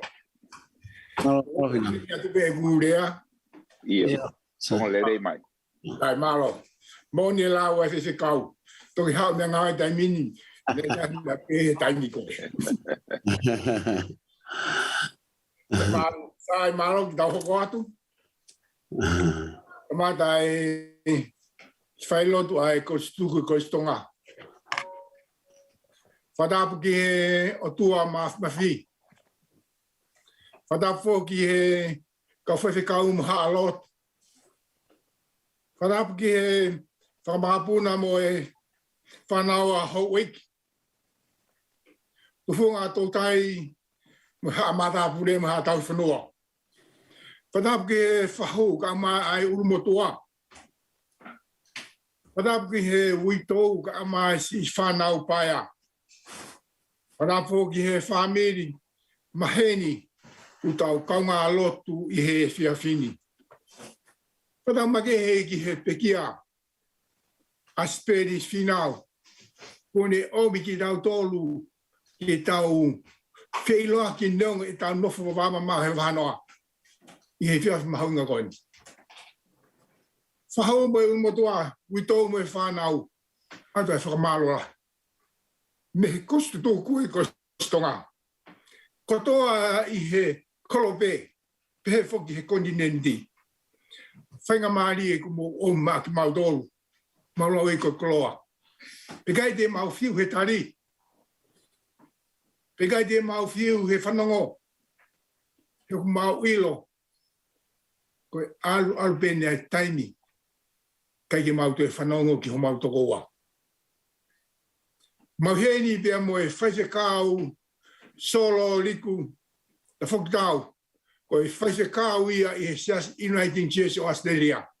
Ko e taha ia e kau whaise kāu o I kosutuku o mune ngāwi I Australian. Mo e whainga maari e kone omi mai kosutuku kene whai e ha whamiri maa ki tau tolu o atua ia e whakamalo lahi ka ki motualu ai whakamari ku mo omi. Maulau ia ko e kloa. Ia whalau ko e mea te mau to'o ia I ngahi aho e whengana. Ko ia e whamiri e alu e ni tirewa ki he whaise kau. Kene o atu ai himi. Tene tātu pe ai ki mea rea himi. Hiri ko ia e toi hau whoki mea ka te au ki ulau ha wholawhola. Hiri a ba toki alu toi alu foki ki whaiwhe kau kene hoko atu ai pe pone whakaosi. Malo whakamari ku mo omi atu rewa ki a solo ene kamata e tau whailotu. Malo bito mua ke ulau atu pe e vese hibi koi ke lava mai e kautabe a he whiawhini. Ke ulau atu pe a himi koini ke whai aki e whai lotu e whiawhini. Ke uwhaka sio mai, ke kau mālolo, ko hau atu ke langi, pe whewhe e nau nofo. Ke uilo e nau whiawhia, whanongo e nau lau. He nofo langi ia, alofi oi hau. Ko futu pe nau mo ua he ngahi whaingata a. O nau whekoki pe I mua mo e māma anga hala. Nā mou I kuna I he hā, pia nau tari mai. Ko e taa ne ta whea, ko iwi o lami. Nā nau mauloto fuape ai ofa ai o tua. Nau molo mui vae, ki ho nau taki mua. Tau whakamalo ki he eiki, he tofa ho tau hala. O fou he uma mahini, ke mau ai pure anga. Amen.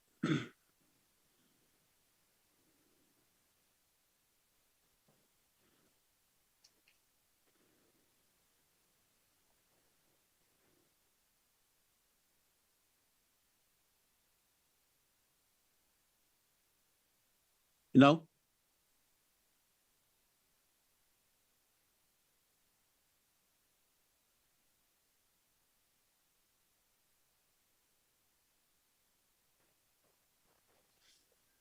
Vea Finau unmute mai ho device. Ho laptopu. Dan ko ha we ko le ka pe ke si o pe ko ha ni me globi.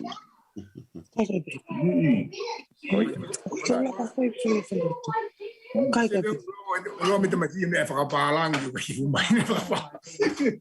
Sai ko e for e la ma ta tolu I he fai aki tukon he fai se kau.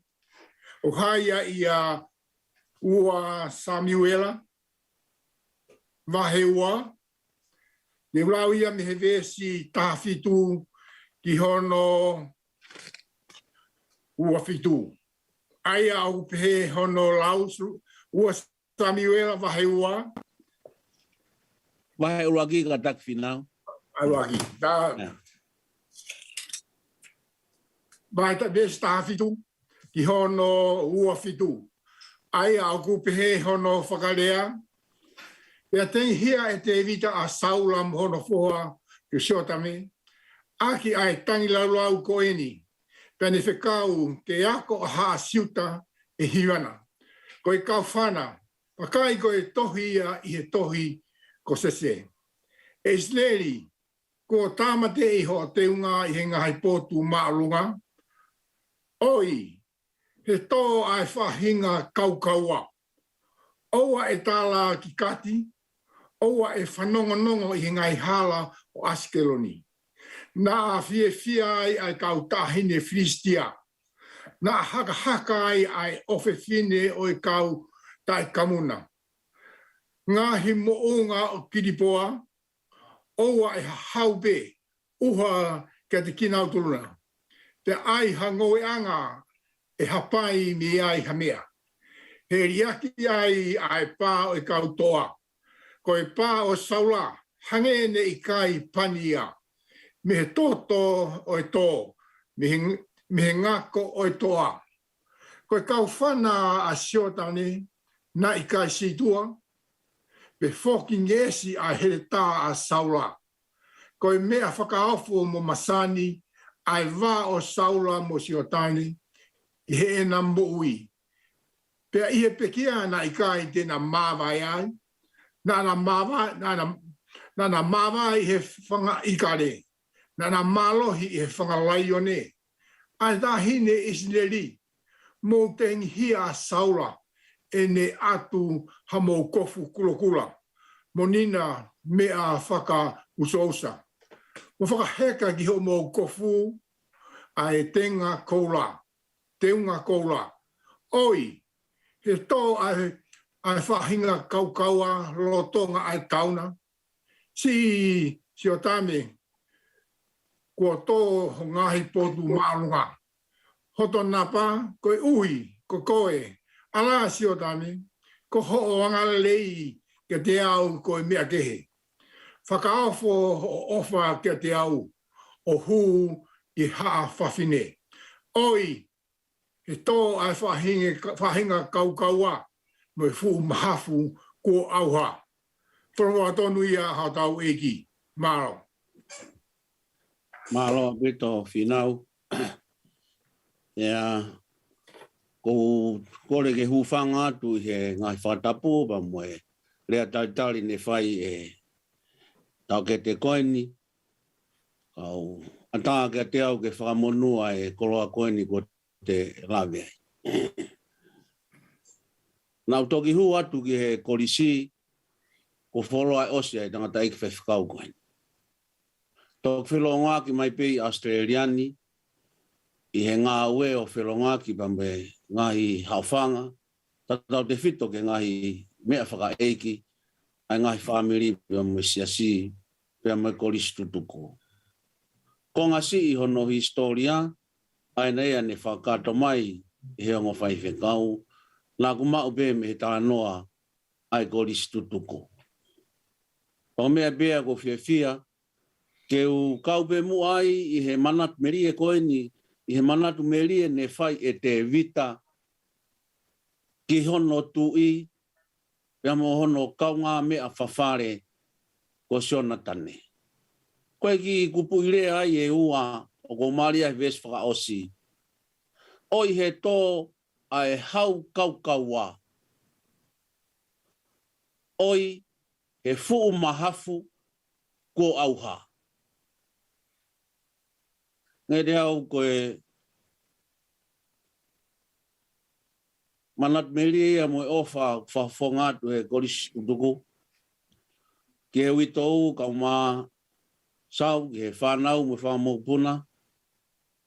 Ke he kāinga lotu me kāinga tonga kotoa pē me ngai kau ngā mea. O mou mea mai ke he whainga maari e kua omi e he peki a maa tautolu e kau mo'ui.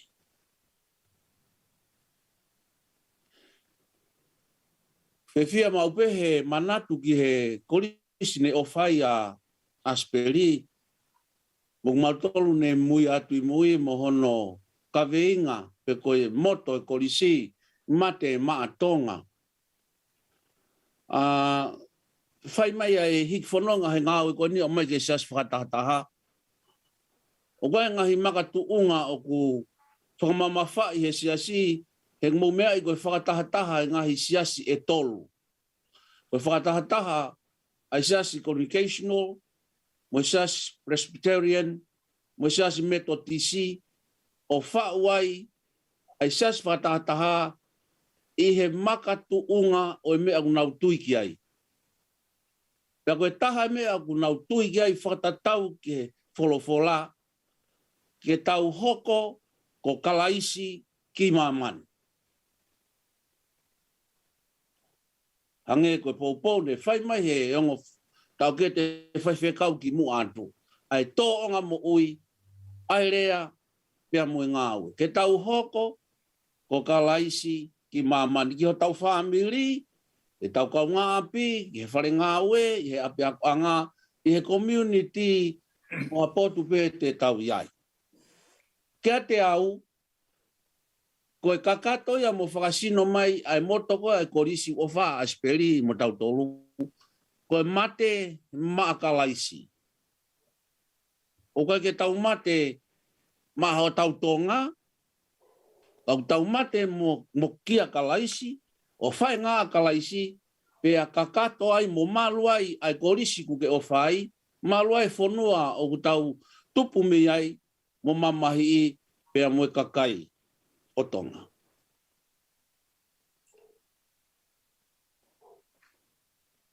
Mea pango pe he wikai ke pehe he ahoni.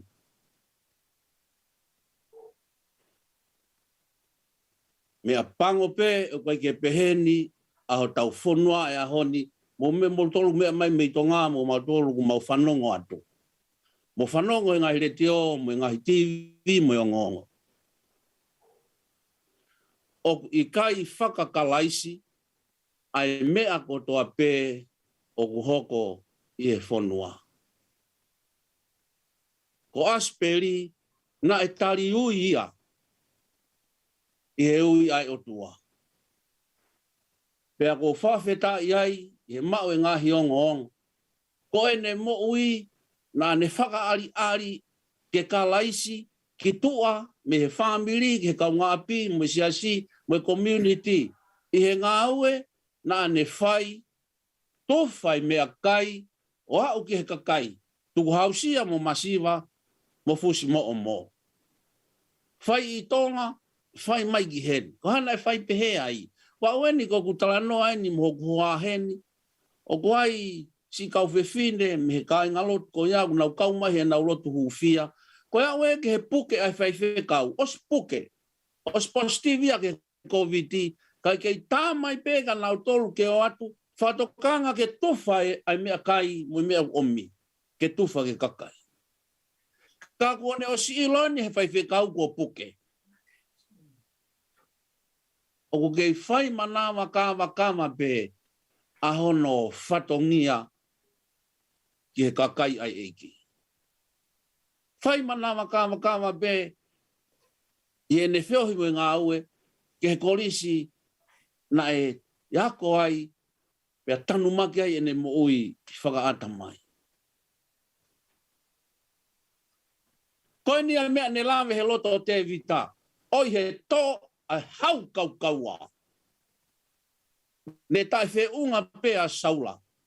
He koe tangata. Ka kia te vita. Koe pania ai o tua. Koe mea na kai ke ne ala I kai ne ongo no turi e saula ke tamte ia.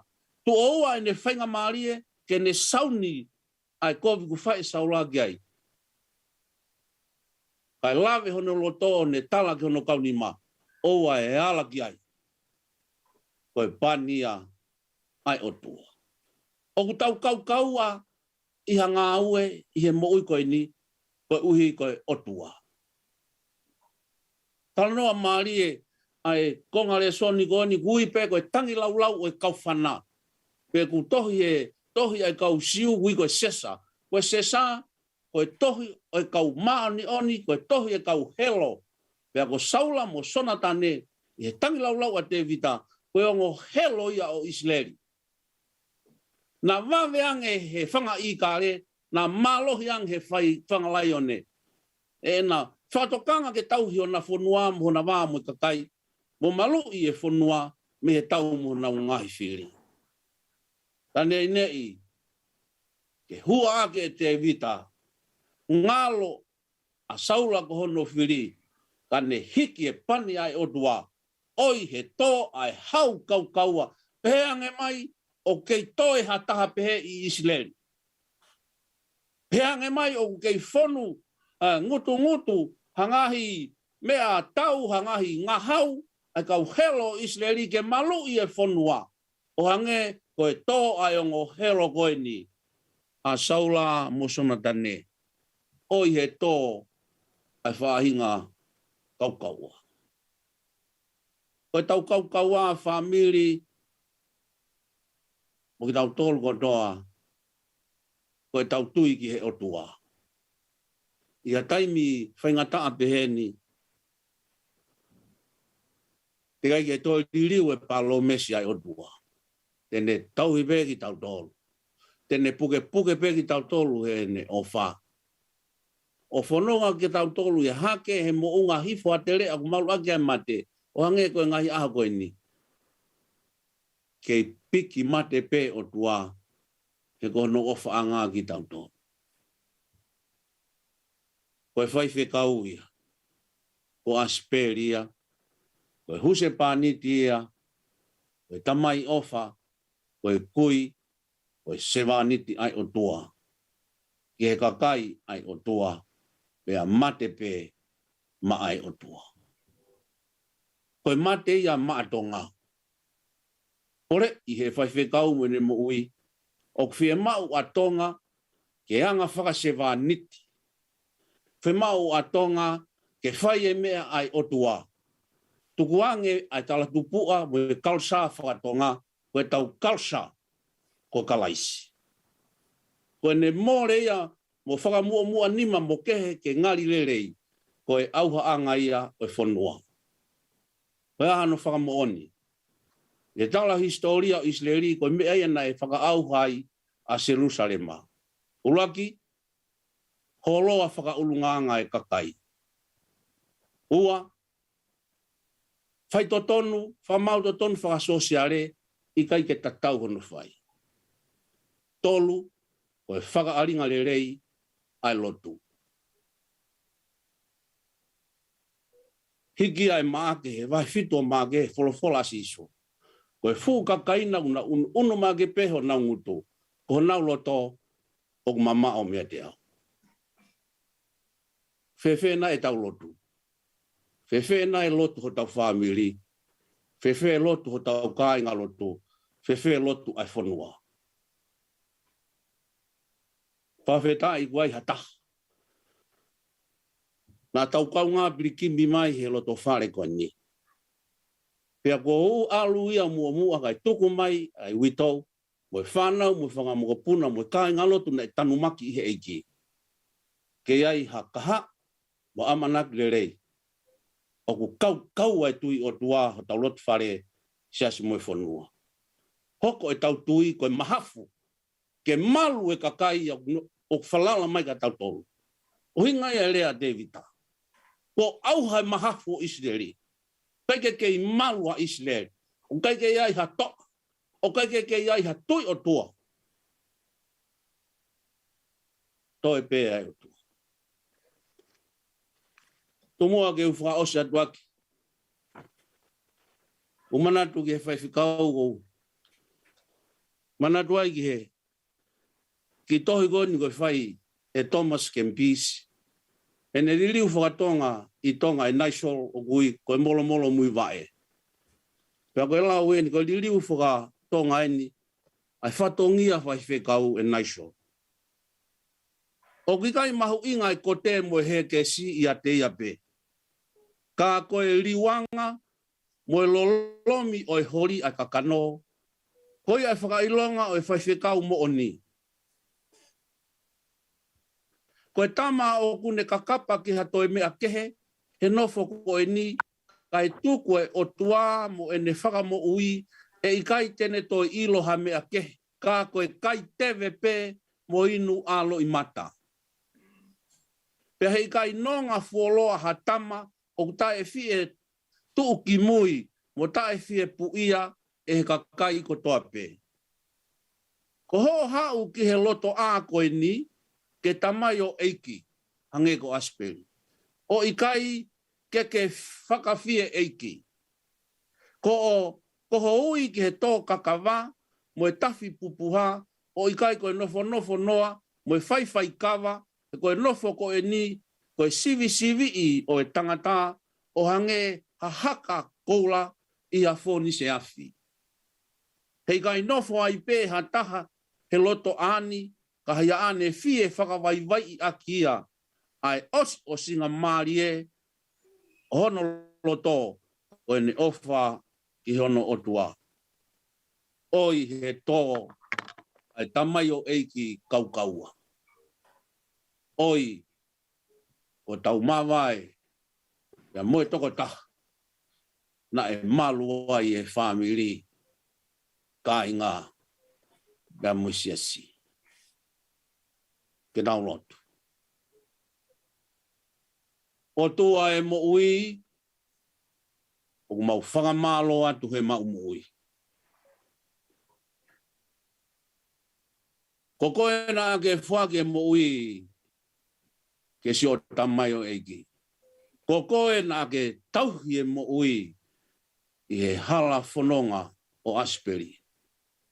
Ko koe pe, o kuke pure ki he mo ui, ki a aho te mau whoki atu ai ki hawhiona.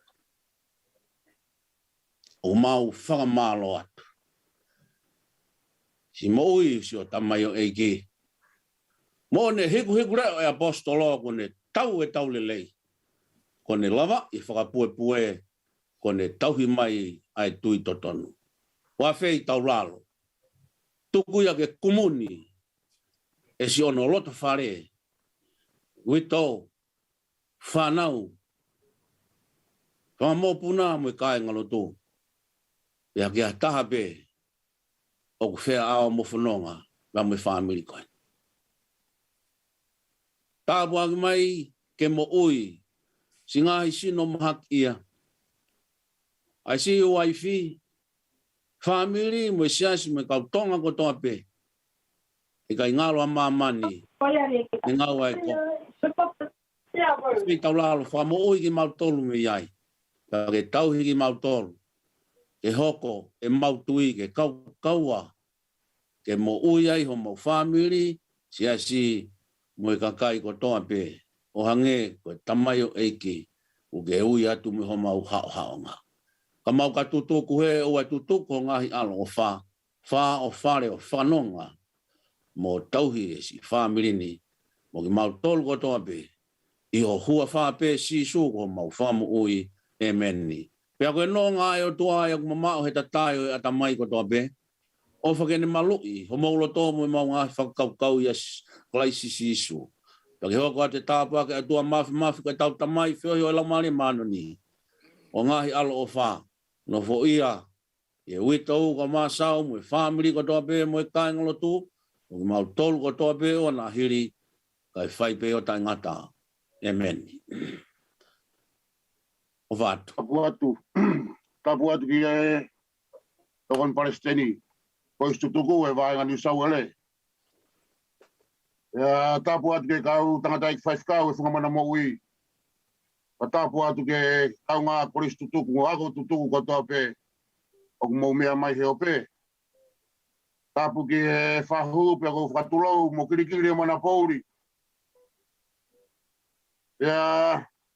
Ai mai witou ga mai whanau pai a pe pehe. I he kāinga katoa pe. Utau whakataha mai ki he paengani. Ai tangata hei a te au whaitua. E tuku mua ke whakafofonga atu. Ha whakamalo.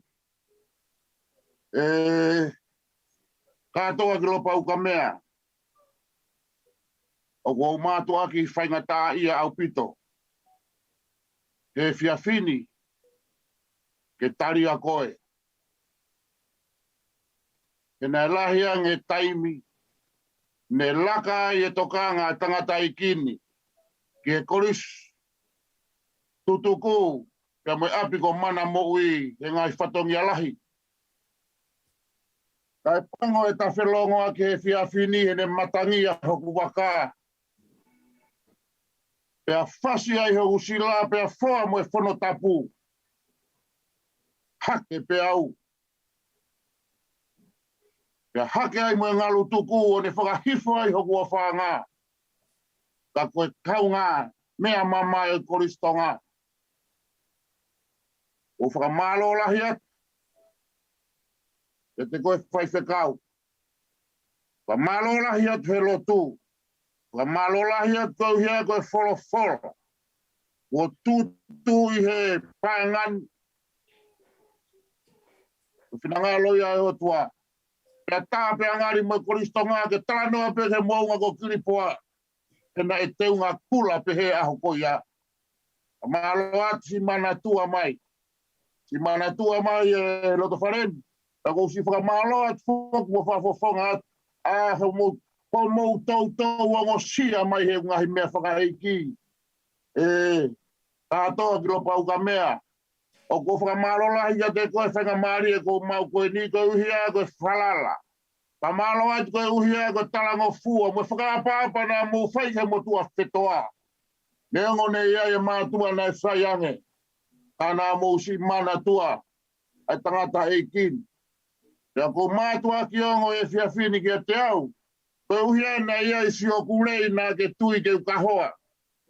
Ka na ke no hoku kie. Ke no hakatoanga fie tangata. Ka more ala pe na e whewhe e ku tō whatong ia. Ko luwa atu i hea honi. Ka more atu ka pau kai wheunga. E whakamalo tua ko whaini. Ko ofa atu ke koristu tuku. Kotoa pe. Lewe malanga kau tatau atu. Malo pito koe lava ia e tau whailotu ko ia. Pea whamalo pito koristutuku e koristonga. I he whaiwhadongia mo whakahoko i he pōni. Hoko wholofola ku mo wahe mai mai family. Ke vai kauaki mo ketik nau tolu lo Tonga ai tau whakoe ni o kuto. Koe peki he tau tahene hiwaka pau ku kei āmai. Te mai hafui hiwa. Pea hangepe koe ane ulawi koe ki ai ane nai. Uma ulolo ho o nofo. La watu o tōma o mai hao ki i pai mawhana. Peko hao he koe tau lere pēni he pōni ka o ua lewa kua osi e tau ngahi whai lotu. Koe pōni pe, pea poa pongpongi, pea whai heka rewa ai whulau ai tangata ko Asipeli. Koe tau poa osi ai poa pongpongi o e tau ngahi whai lotu. Whawhi at pe kia nita, ke mau pe pea hiwa mai lo Tonga e ai ngahi ibu wai mawhana mo e whawhao ai whamiri. Pea tau hoko rewa ki he tau whailotu hoko, whaiwhikau Tangikina Lolohea. Malo au pito.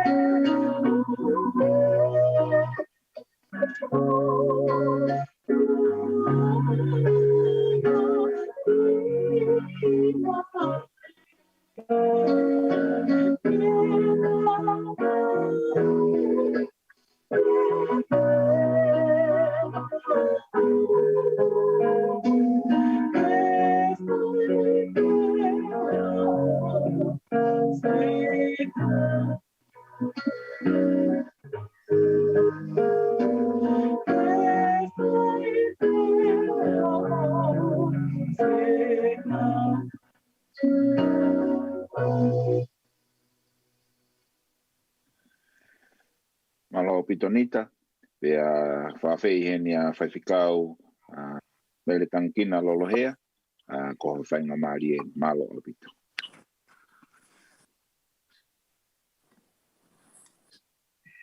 Pastor Sal.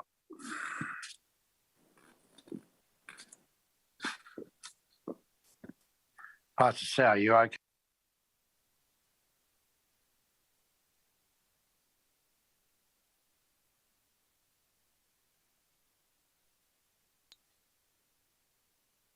Whaiwhikau Tangikina ku ke unmute ho o telefoni whaiwhikau. Tangikina? Ia.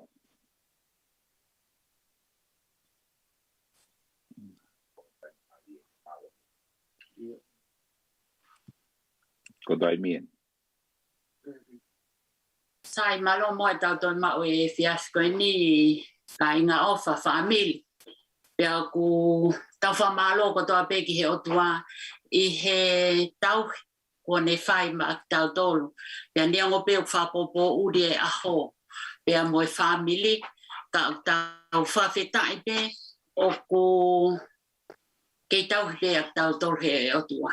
Ta te kore ke wha mal watu he ngahi tala whatap ko toa pe o ku tala o whaki atu mei he saione o e ope I he fiasco e ni kai ata mo oku ke wha monu e koloa o e whieka watu I he kaunga mama I he oku hoko I he family.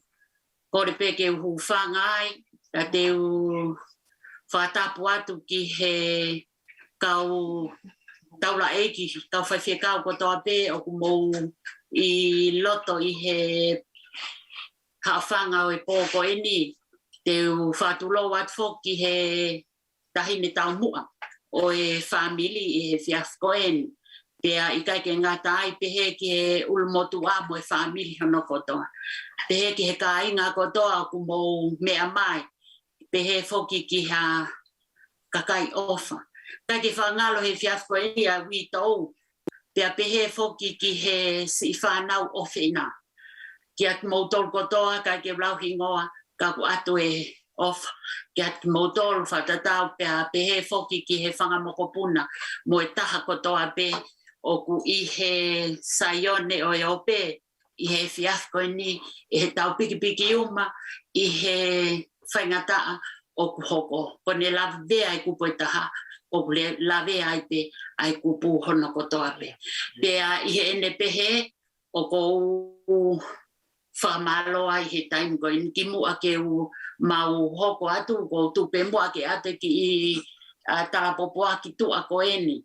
Kia alanoni, pehe kia sao mo e whanau, mo e whangamokopuna. Ki koe popoaki, ofa me ia meresis whapahu. Koe hoa tetlet pahulu, ko tuipe koe kāinga o Asipeli, I he fiafko ni e ate ne fie kamunga mamahi, kia motolu. Pea ofa peke ne hanga o tuata po kina kat motol o mai ene fie malie o mai ene nonga kiat motol ko hala in ku papa ko pau peke fo wai ai family kotoa ka ko tuipe e ofi anga o tua he taimi pehen tau te fito ke ha taimi o ku tolo ko ai mahaki ko in ko COVID-19 tau to kai to ya me ke tau sio ki ai ka koe tau sio pe ki he otua ki mua koe ke fai ha tau lotu kai fa va ki popo e fiaf koe ni to pe mua ke mau ata ki hiva na whakalelu ka ta fa mol pe ku la ve o ku ki mau loloa e fiaf koe ni kai tu pe mua ke atu pe ha mau ki hiva ne o pe en pe le oa pe ha ki hiva ka koe fie kau atu pe o ata popo aki ofa ka moton mahaloto o nonga mo fie mali malo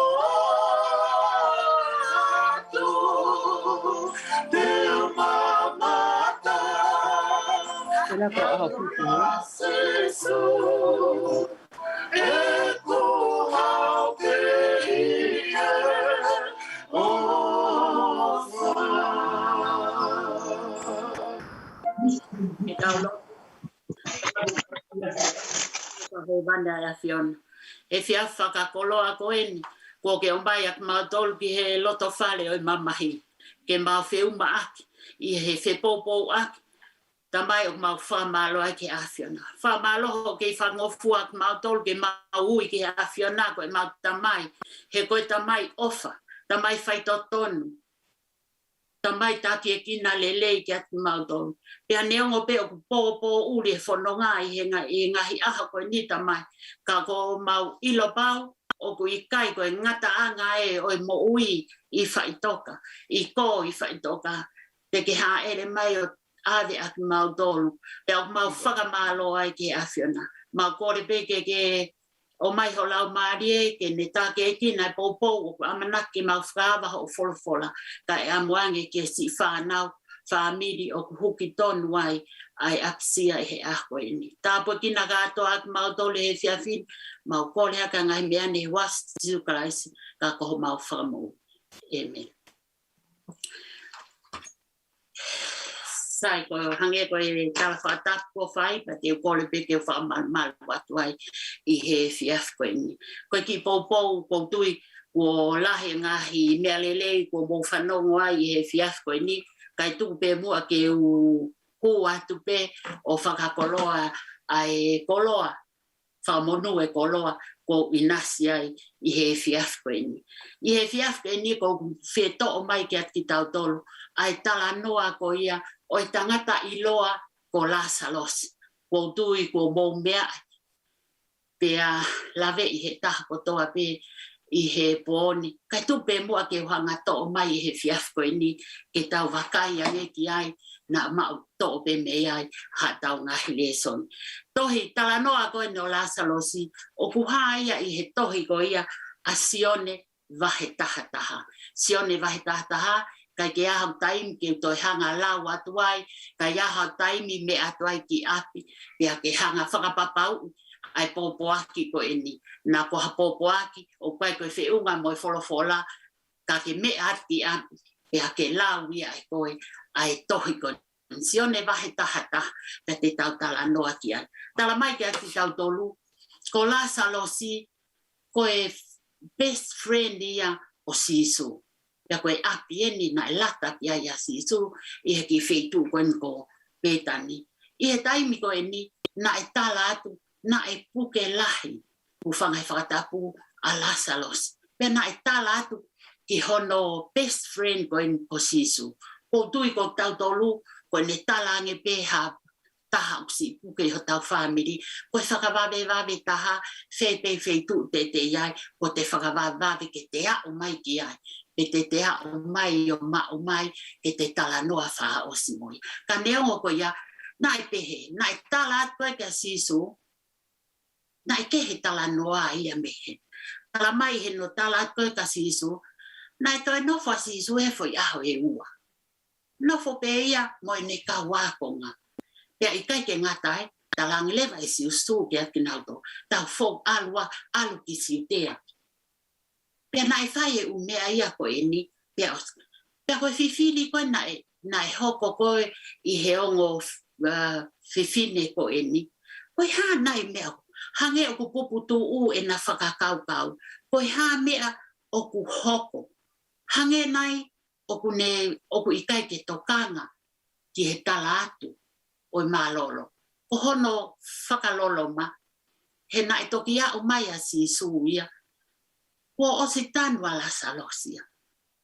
Pea ikai ke ngatai, tai meniu tau watu tau tō mui, tau ke ia wate. Ka koeni, ko ia watu koeni, o si malolo, o si ave ki whaitoka. Ko e whamiri pe o punau nofu mai. Pea ihen tala mai lewa ka tau tō, ko e o se e aho ia e wha. Ihe malolo koen a lasalosi. Fe eke nak he kakai, mahalo pe tau hange i he aho koe ni, ko tau fe eke naki. Koe ha nai hono uhinga, o si hoko ai ki ho mau whamiri.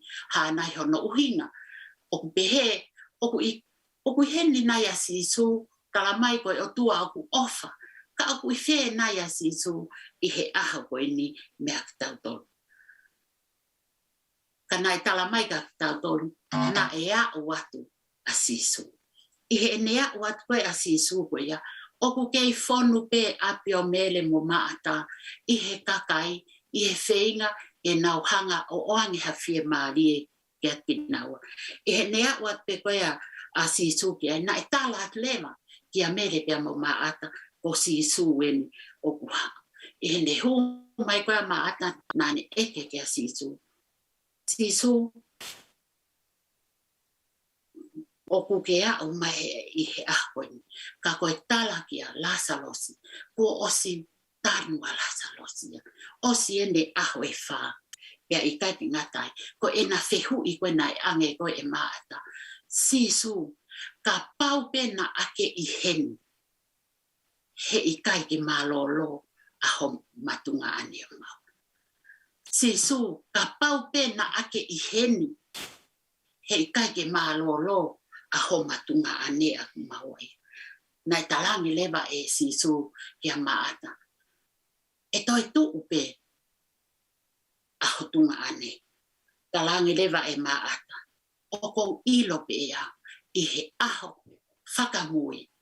E toi tu uai aho tuanga ane. Kana e tala e sisu ai mea ko e ni kia maata. Ai mea na e te kiai te whanongo kiai a maata i. Na e talange lewa e sisu kia i. Maata, ko au koe toi tuu, ea ko au koe mo'ui. Mahalo pena e teke mahino ia kia maata i he taim koe ni. Na ane ui lewa a hono tehina. Tala kia mele e hau he ko sisu eni. Ko ne au mai. Na e toi au maa mele. Na ane whai pe e mele, ai whehu i tatau pe kia sisu. Sisu, ka pau pe na ake i heni. He i kai ke mati, a homa tuonga ane i aku mau. Na e tala lewa, na e siwa e takai, wakai kia sisu. Na e hange o kuwe i a honoloto i he tala noa ko eni, na e whai. I kai ke ngatai, na e we i he loto mamahi. Pia na ane sio lewa ki ai, na ane eke lewa. Ko whē nai ai wheitu o ku tanuai a lasalosi. Na nau tala lewa ki ai. Eiki hau pe koe o mamata. I he ne wakai koe ni, na e tangi. Tala mai kia ti tau tolu, na e tangi a sisu. He koe uhinga nai pehe kakai ni. Mahalo pe koe ne tangi. He koe uhinga, ko lasalosi, ko hono best friend. Pea i kai ke ngatai, pea na anau sio. Na ia e tehu ia e kakai. Ko sisu eni, na ane whai e mana, whakamo'ui, whakaaki, whakalue-lue. ai kakai na i kai ke toi lava hatau e fiha. Me ani he i kai ke nehanga o whakamo'ui a hono kaunga me a ofi o la salosi. Pea na anau whanonga tu lewa ki he malai.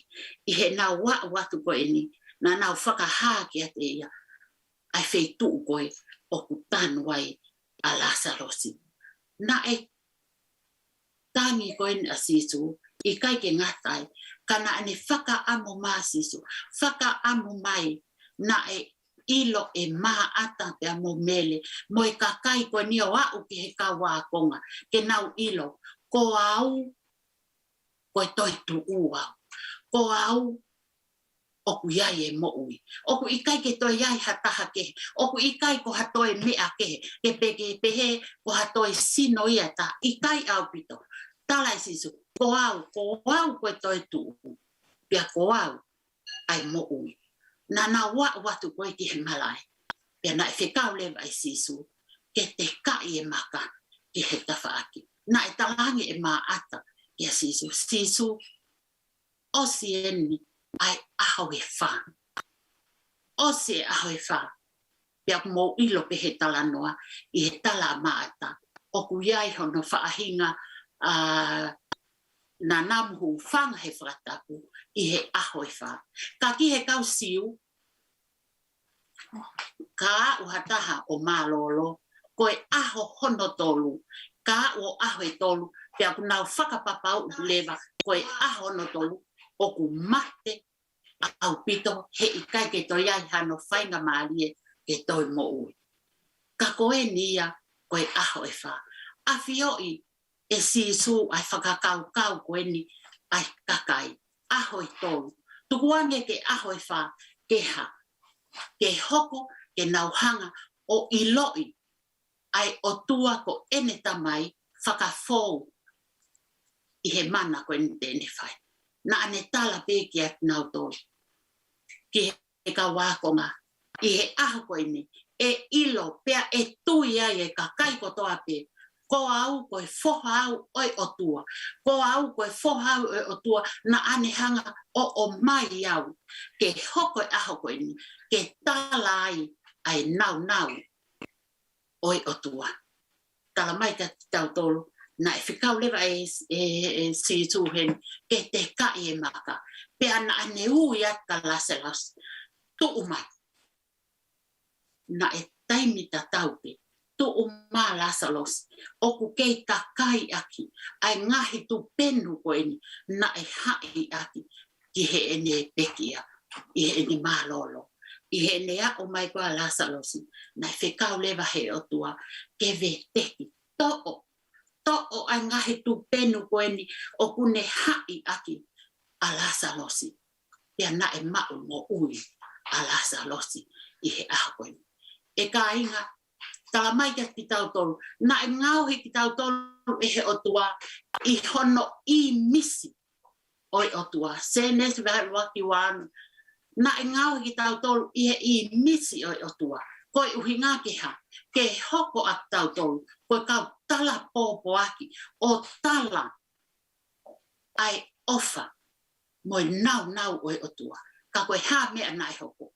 Koe ne wakai koa sisu.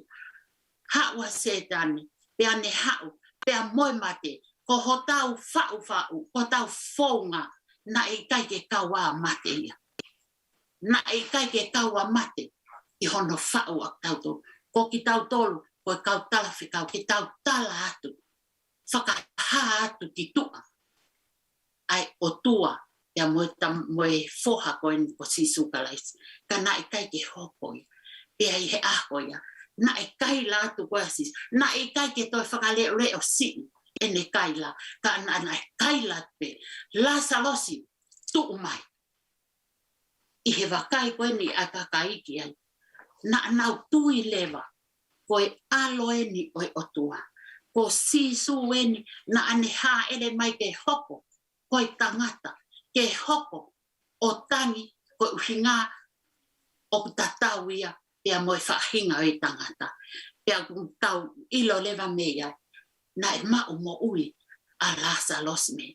Pea na e toko lahi e kakai, na anau tuikia. E ka inga whanongo i he fiafi ko ini. O ku tala mai kia ki tautou.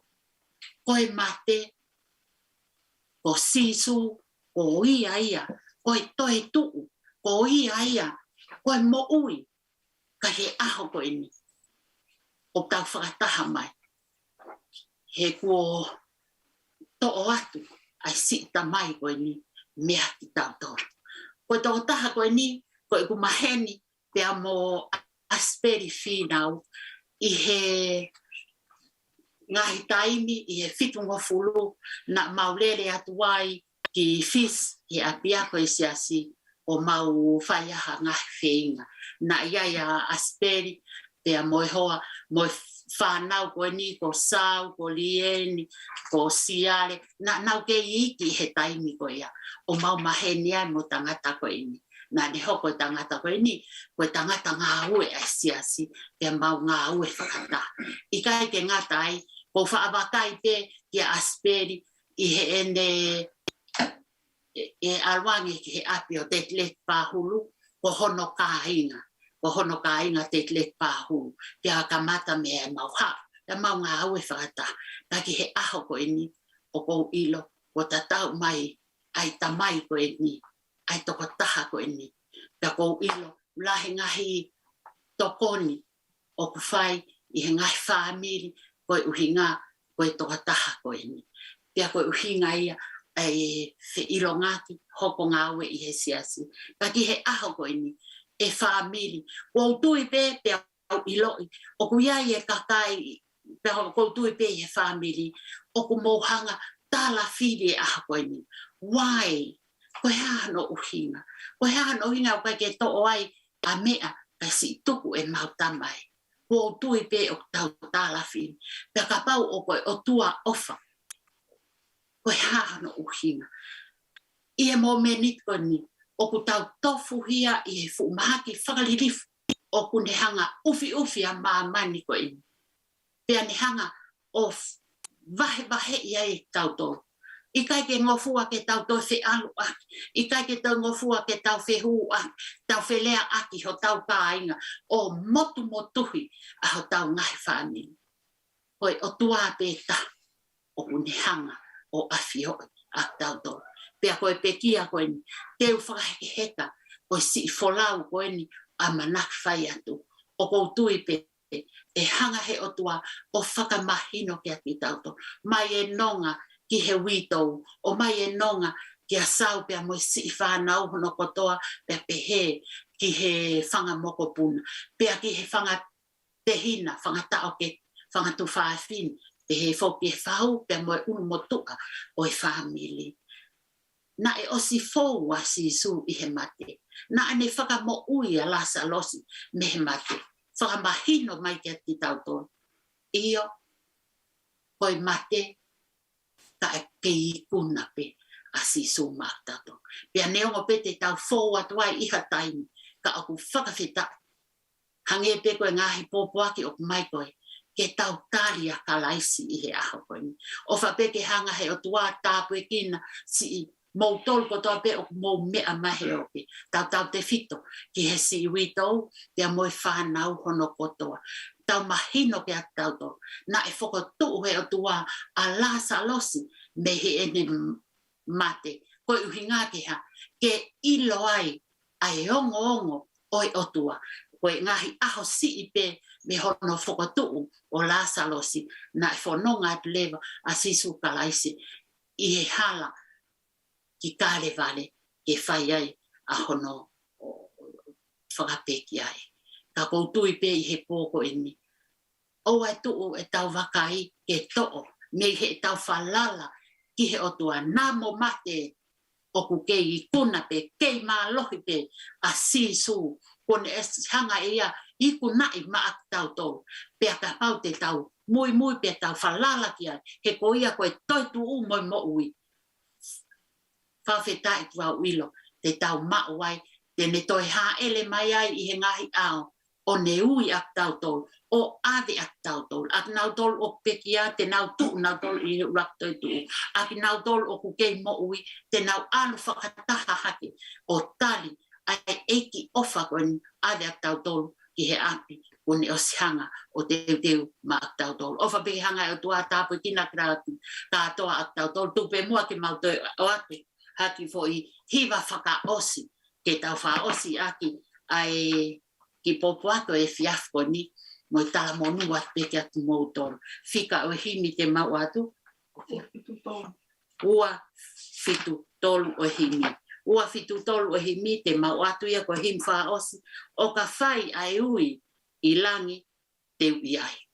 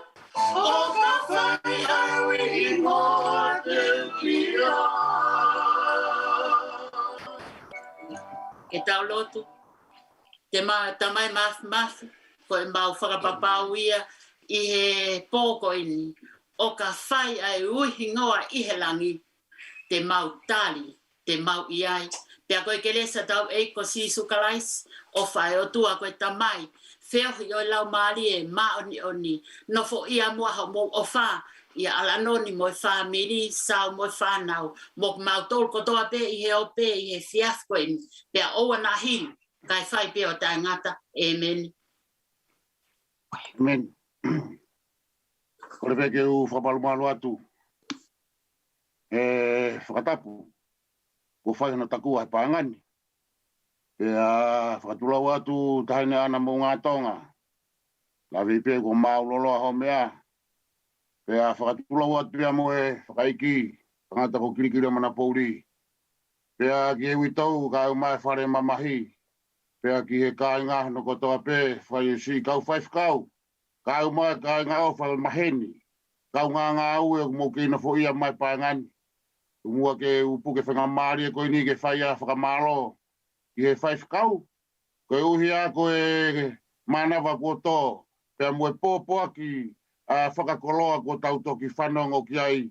E wahe lelei kua tau whanongo a. Angai ka mea na mea ke whaifkau. O kai ke ha mea koe mau lolo he tai mea tau tala no ai he mea tangata. e fai whekau me he loto e motuani, o mātua ki hounga ki a te au hotuku taimi.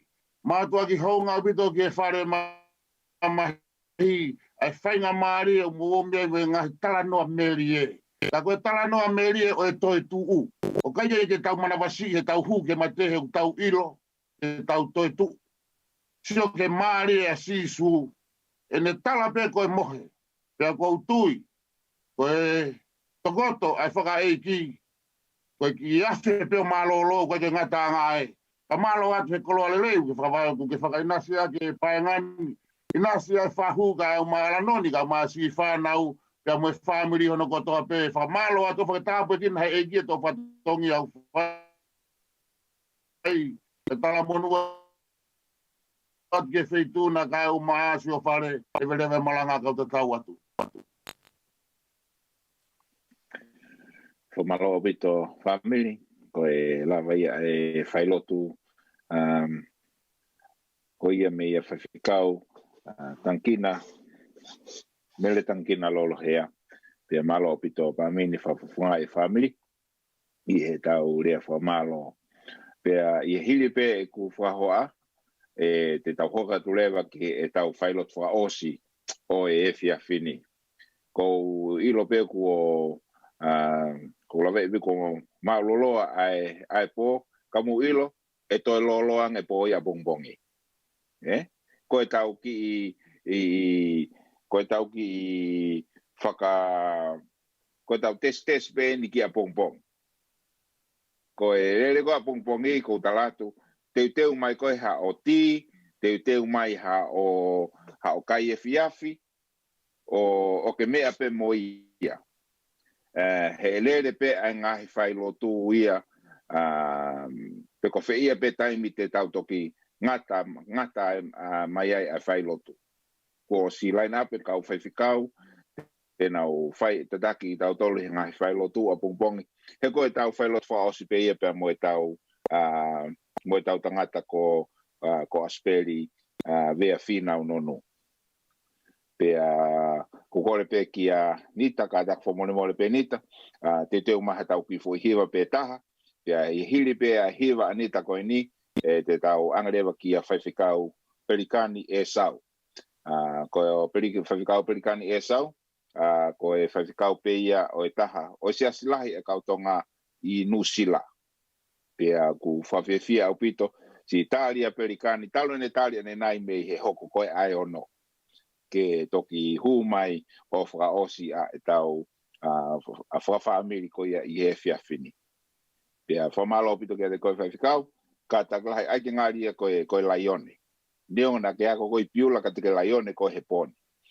Pea kukore peke anita, kene whaimaha tau ki whohiwa taha, pe toki wha osi lewa e whaiwhikau malo au pito.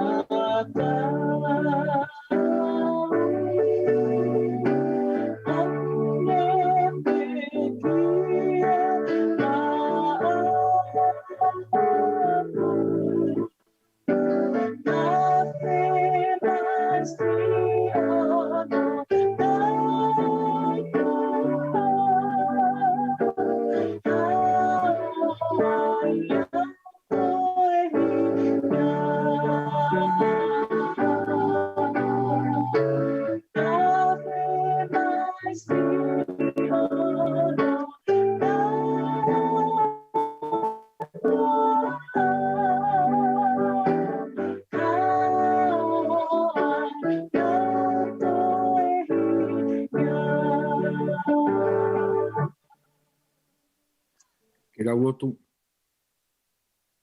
Lau mari oni. Folofola mai goi o folofola. I fofonga o tamayo eiki e pōkoeni. Ke hoko koe vai kawaki mo whanonga ki e whamiri. E tau whakafa o mauto whangai. He Pelikani koe. Whakabe mua mau matage mau ao ilo. O ge afio mo ki mau tolu. Niongo e whaingata. E sisu koe alo. Kago mau whamuui. Amen.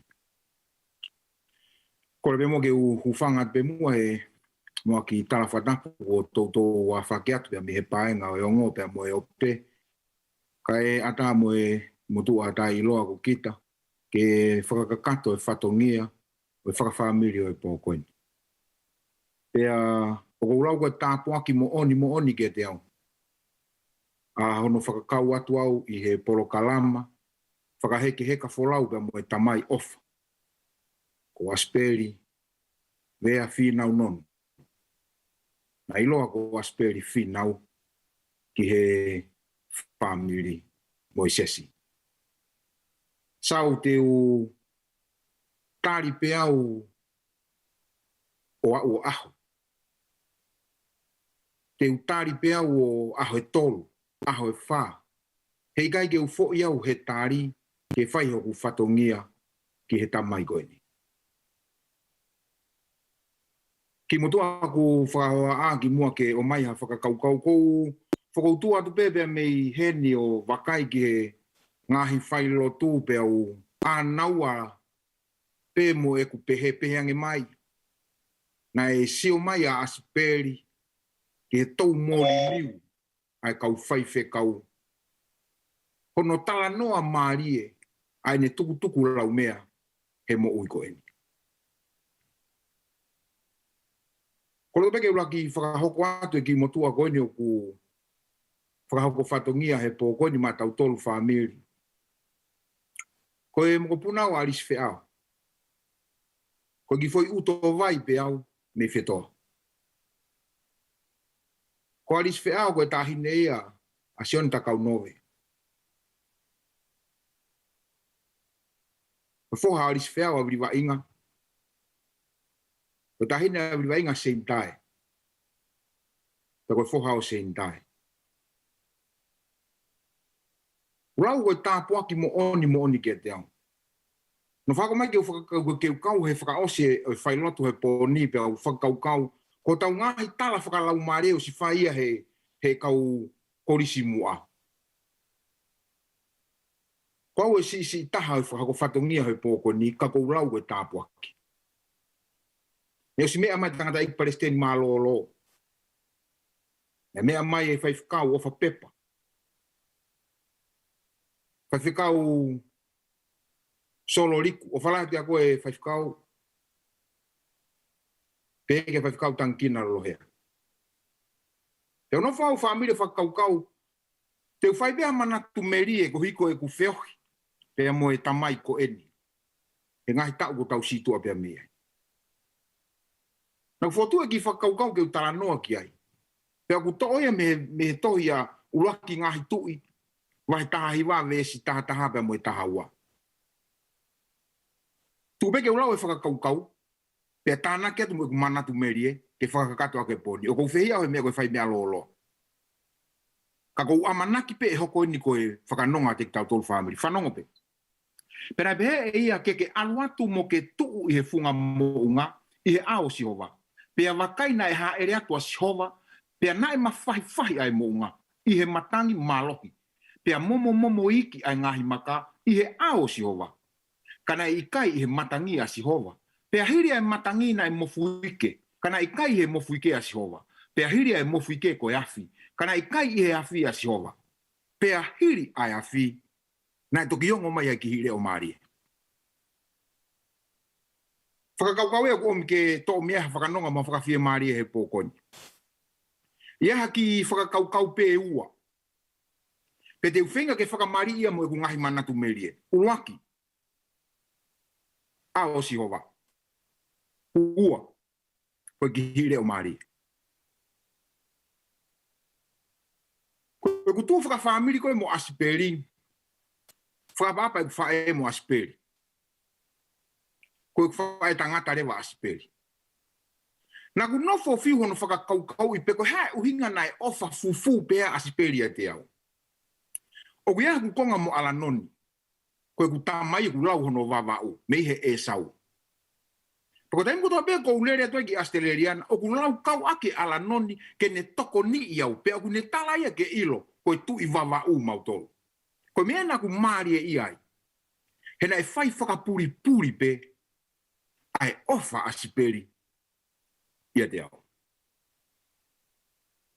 Te utoki tā noa ke ngahi ofa ko ia. Ka ke whanonga mua ke whakakaukau koe ni. Ko nofo whakawhehu ia pēu e ke rewa ke he ku whae. Ko tā noa ne ku whae ne whae ke te au. Pelikani. Nā mau whai whekau a viri wa inga pēu mo mansiu I no muka. Pēu mau hiki rewa me no muka ki hawhewa. Ko te ngana mau hiki ki hawhewa, o glotonga toko ni pure Asipeli, pure a Latu. I he lau te pure anga koe hawhewa, kei talavou Asipeli. Koe whehiki taki koe o whaka osinga e tau koe ia, hui lo ua Latu mo Asipeli, ke na hiki ki no muka. I lo e Asipeli, ko hono tuo whewhine e ku whae, koe whae e ku whae, koe no muka ia. Haurewa Asipeli o koreange a viri mo Manu. O mai mu a se ini tae, ke ave mautolu ki no muka. Mautolu kona ku mea mahe paenga koni, mo ilo mautolu ku me no muka. Koe mata fo ou la vea. Pako whae kau pehe, pe arurewa se ini tae o ave Asipeli mo Latu ki no muka. Pena e hoko Asipeli ko tangata I whanua no muka. Whanau ke whakakau. He koe muaki tala noa te uwhai koe ao sihova. He koe mea e mahuinga ke mo ui ai tamai koe ni, kene I he ao sihova, he feitu kotoa pe. He koe ao sihova e whai ai malu. Koe ao sihova e whai ai toi me he whainga taa ku tau wheku ki bea muia. Kai ke uloto ke utoe langa I mamahi. Ka ke ki whanongo nou pe whamiri ke whakakau koe ni. Na e whekau e o tua I laisia, ke hu mai ki tua me he ne toi, o alu ke funga mo unga, ki he ao sihova. Ko te meu tau tala noa mo ungai, o ku lahi e tala noa e same, he pēteri ake, ki he mo unga o whakatatau ia ki saione. Ka pau te omi ka te tau tolu e hoa koe ni whamiri. Mo oni ka koha mo oni, ai mate a Asipeli, I he ao sihova, he mo unga o sihova, kako saione. Na e whakatu e Asipeli mo alanoni na ki whai anga lotu siasi a whitu I Australiana, pena e ui ko Samaritani lerei. Pena e uhinga no whakahingoa he ongo mātu ako Samaritani lerei, ke hoko hona ki I siasi, koe nima watu e siasi aho whitu, ke teki nautolo whainga tāia. O wigai ke puri e nia he whanonga siasi aho whitu I Australia. Taim ko tabe ko ulere ki Australia o ko ulaua Samaritani lerei koe konga ia hoku whamiri. Pena ku whakatoko nga e mamahi I mea ai tangata eiki, koe uhi koe ne whakaamu ki he ao siova. Koe pongpongi sāpate ko tabe, o kuiai pe ne ki lori toni e tolu, o si whakamau ki ai sound system I tuunga malanga, mea ko tabe e whai ake lotu. Taim me taha na maulotu I pe o moa.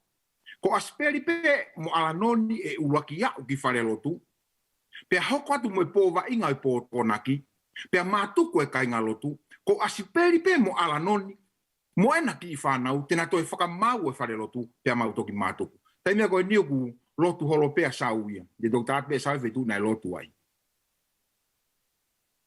Kana e whenga Asipeli ke whakamahino ki a pāmini, whakamahino ki a suriana, whakamahino ki a sau, whakamahino ki e whamiri, whakamahino ki a rieni. Ko e wheitou e whaiai e whetaulaki mo sihova, ko hono ao sihova, ko saione. Ko e wheitou ia te ke whanongo ai ke kihi re o maari e o tua. Tai mila ku tau turia e tau tolu family he ngai tampa ke tau whanongo ke ki re o Mario siova. Pea tau fiu tau tolu he kumiu kai tau whanongo. O ku talamai e he pekia. Ka ku ke fie whanongo ke ki re o Mario siova. Hu ki tu a me feitu o ku ke iai, alhake ki he mounga o saione ia o e ahoni. Whakawhetai o ku lau Marie. Ko tuku lau mea merie o ku whai e he pekia, lave monua ia pāmini, sau, siare, kawai e motu a koe ni. Ko e uhina mau whakatoka ngai, a ene latai ke whare siova. Ka ku lave whuka ene nai ke he Marie whakawhea ngai koe a Asipeli. A ene ofa fufu koe hono family. Na ku mau whainga Marie paurere atu ki Papua New Guinea o ako ai. Na e totongi pehe ku tamai e ku ako. Peko taimi ko toa pehe ku tutuku ai ako kou whoki mai ke Australia. Awea he ku tamai ke he ngahi wheitu tori akau. Tau e taha kou whoki mai ke Australia. Ka ke aha taimi tori akau he taimi ka. Tamai tangata eki. Ta alu ki siliva wota. O bea tukai me ku whai siliva wota. O kia e kosi konga tupenu Rex a Asipeli mo ala noni. Ta alu ke alo nofo i Asipeli mo ala noni. Ke ngā wei ho totongi ako. Ko nofo he foi mahina kakato. Peko hoku tauhimo ku toko ni, iloi he taha kotoa pe kou hiko ala noni. Po uri koe ke ufoki ko he aha taha ke he ako, whafufua ke he tolu pe koe wha, wa umai tangata e ki o tata i maha ku mohenga. Lolotonga e ku mau mohenga ne tala mai ke te au. O kuikai ke iloi nia noni, ka ko ho totongi ako ena. Na e whai fufu naki pe, ai fufu ai viviri a ene ofa, koe uhi koe foi, uto vai au. Pea mi whetoa. Whanongo ke teu tangata kua whai e he otua, o lave monua e family koe. He pōku tau iai. O ku meri e pekia, he koe ne tuku lau mea, nai kai pūria ke he whanonga. O ku ifo e tau haha o family, he tau whanongo ke he korisi tutuku, tau whanongo ke he kau mua ki whai whekau, e nau tala noa merie ke ene mo'ui, he nane whai osi kia verenga, he ao si ova. Ko tangata re o Marie mo re o ifo mo ne Asipeli. Ka ne whai a whahinga rea, o ku wawhea pe hono re o ona. Talo e ku whiri ke ungai whakawhai whekau, mo e ku whenga ke u re o tatau mo Asipeli. He o ku wifo whanongo ki hono reo. Ko i kihi re o Marie ne o siova. Pero uloto ke u whakau atu ge te koe family he pōkoe. Neongo e whainga ta, nai kai ke wholoa, na tau whakamawai ho tau o whaanga koe whoha. Te kai ke wholoa, o ku kei mata, o ku kei mama, o ku kei langa, na tau whakamawai ahono o whaanga koe o whiwhine. Kai kai ke pūri e tala mai e he otua, ilai sia, he ao si o wā te ke whetaulaki e moe ngahi whaingata, te ke whetaulaki moe matangi, te ke whetaulaki i pia moe mofu ike, te ke whetaulaki pia moe afi. Ka hireange whaita ngata ani, te ke whanongo ke hire o Marie. More foha Asipeli na tau tangi. More ono o whiwhinea ani. Ko e afi e no whetaulaki pia moe family. Ko pau pe ke tau whanongo ke hire o Marie. O whiwhine o Asipeli koe ko ani koe kua kulanga i mamahi kai ke ngalo ne mo uia te au. Henai kore mea Asipeli ua na ngalo ani. Tige ke u hau fok me motu. Ki lai si pia hawhewa i o ua. Tige ke u sio he mea koe laptop. Koe ilo e Asipeli koe te u alu ki Papua New Guinea o ako ai. Tamai Asipeli, Tonga Australia mai Asipeli. Heka ke ta lere ki Pelikani. O ta one ke i Prime Minister ko John Howard. Pena e wahe ai whanau i Australia. Monu Australia ia. Wahe sirin.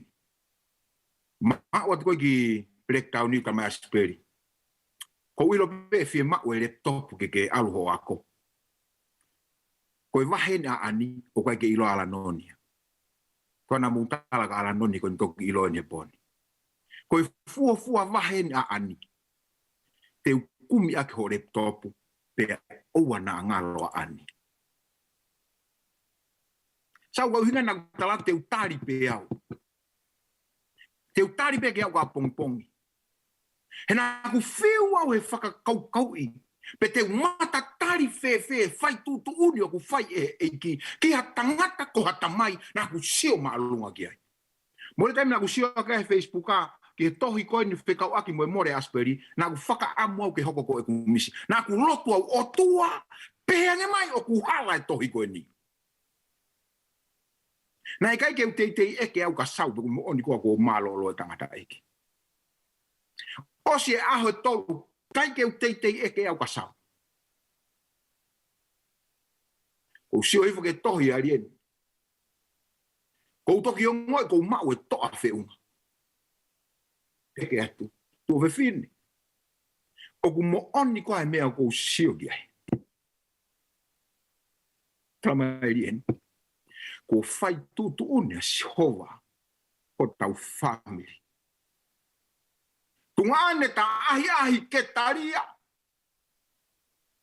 He koe mafia si hova. Neongo ne whai ngata. Ta kumungi pe. He hoko mai ai matangi. Tau whangongo mai pe a moe mofu ike. Kai hirio e asi ai a fi. Hei kai puri. E whana mai ai ki hire o maari o si o wa. Whakaongo atu e pōko ni. Ko hono ki hire o maari e eni. Isaia ua ni mamo e vesi walu. Tene whaka auha au pito ai mate i he malohi. Pea e holo e ki holo i mata. Whahu. Tangi vehe koe mawai. Uitou. Tangi vehe koe mawai. Suriana. Pamini bea moe whanau. Tangi vehe koe mawai. He kui kai koha tā alo ni. Kai foki ki ono iki. Koe ngatai ni o e ngāwe. Whakawhetai beho kula umari e. Mbea ofa si hova unge tamai. Ko mate koe koma pe ia e whanonga. O ia e api. Ki hire o mahari e ni. Pamini. Oua nā mamahi o mō loto ku mō tui ki he o tua. Tui foki kia te au. Whare ku tamai o kia e ngahi no whaanga ku lahi. Kare kai behe ko talatu e kia te ki mō tolu. Te walo teu hapotu mō tolu. Palo mesi eni. Pea ka pau te walo teu hapotu mō tolu. Rieni. Keilini. Eleni si. Teu to e foki mai. Ke maua ki mō tolu. He api ko teu i. Mana tu ieni. Hiki me feitu oku ki ai sare wea. Hiki me feitu oku ki ai ki he au si o wā. Ka ke whanongoa. Ai hano ki i reo maari. Pau ko o whātu kia te koe. Ko o whātu kia ki mō tolu whamiri. He tau matakari e whainga taa. Mo tau whakafa. O ku huki toni o tau roto whare. Kau whakamanatu whakaosi atu. Ai ki i reo maari e. O si o wahe pōkoini. Ke whakakakato ake tau whai lotu. Whakahiri a ko ukore kia nita. Te o mai tau hiwa tuku. Whiripai wahe whāmo vesi ono walu. E whamiri noru. Ko hono whaka o si eni. Ke ilonga ngahi mea o ku mooni. Ke ilonga ngahi mea o ku matamata lerei. Ke ilonga ngahi mea o ku totonu. Ke ilonga ngahi mea o ku maa oni. Ke ilonga ngahi mea o ku whaka ofofa. Ke ilonga ngahi mea o ku ongongo lerei. Ka pau o ku iai halerei. Peha tokanga. Moha mea ke whakamalo ia. Tokanga ke ngahi mea ko ia. Ko mō mea mai koe na, mō si mea e moto mō i Asipeli. Tangata mata lerei. Peke tala noa e toha taha, peko os tala noa e toha taha kagi mō tolu a Asipeli. Fotu e Asipeli e ifi. Ai apia ko mispahe ne whaiako koe i wawau. Kono mata lerei e. Kumi holo ha takilaka. Takilaka Asipeli. Family. Oku mamahi pe Asipeli. Ai mea ku mooni. Oku mamahi pe Asipeli, ai mea ku totonu. Katoa e uni me ani. E lava pe o whakamamawhai e family nonu. Ka pau te tau hau ki he ao si hoa. Ka tau hoko whanongo. Ki hono ki reo maari e. Tatau tuku mai e tamai he pōko eni. Kia te ki tau tolu family. Kua tau ai tau lerei, kua ulawai ai whakapue. Kua tau himau ai tui. Ngata ai, kua hirifaki mo oku ai pare oi mā oni. Ai ai whaki mai kia te au eiki i ene haere mai. Wharawangi hanga eiki o whai tāpu kina ki tau tolu. Pea hoko koe whakanonga. Whanongo ki heni. O mihe e hiwa, ai pore mahu inga koe ni. Kumiki ai. Urumotua, kumiki Asipeli. He pāwhaka muia merea. Malonita.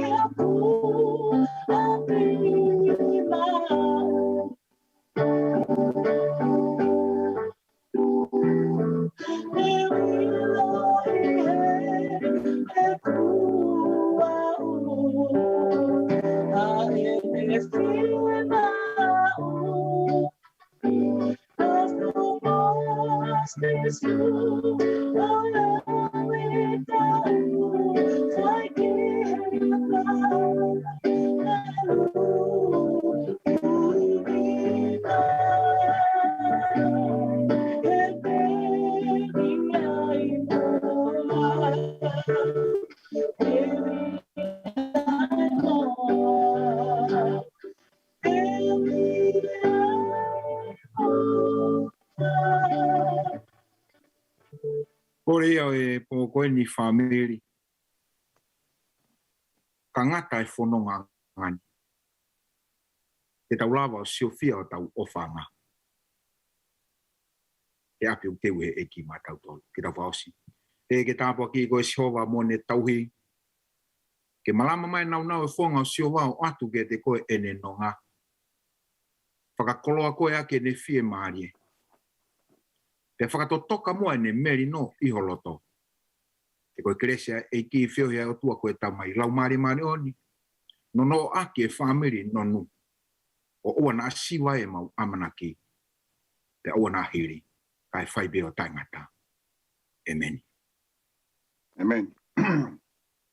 Koe veke whakatula wat ke ana. Munga Tonga. Kou whakatula wat kia Kilikili o Manapo'uli. Ke whakaiki.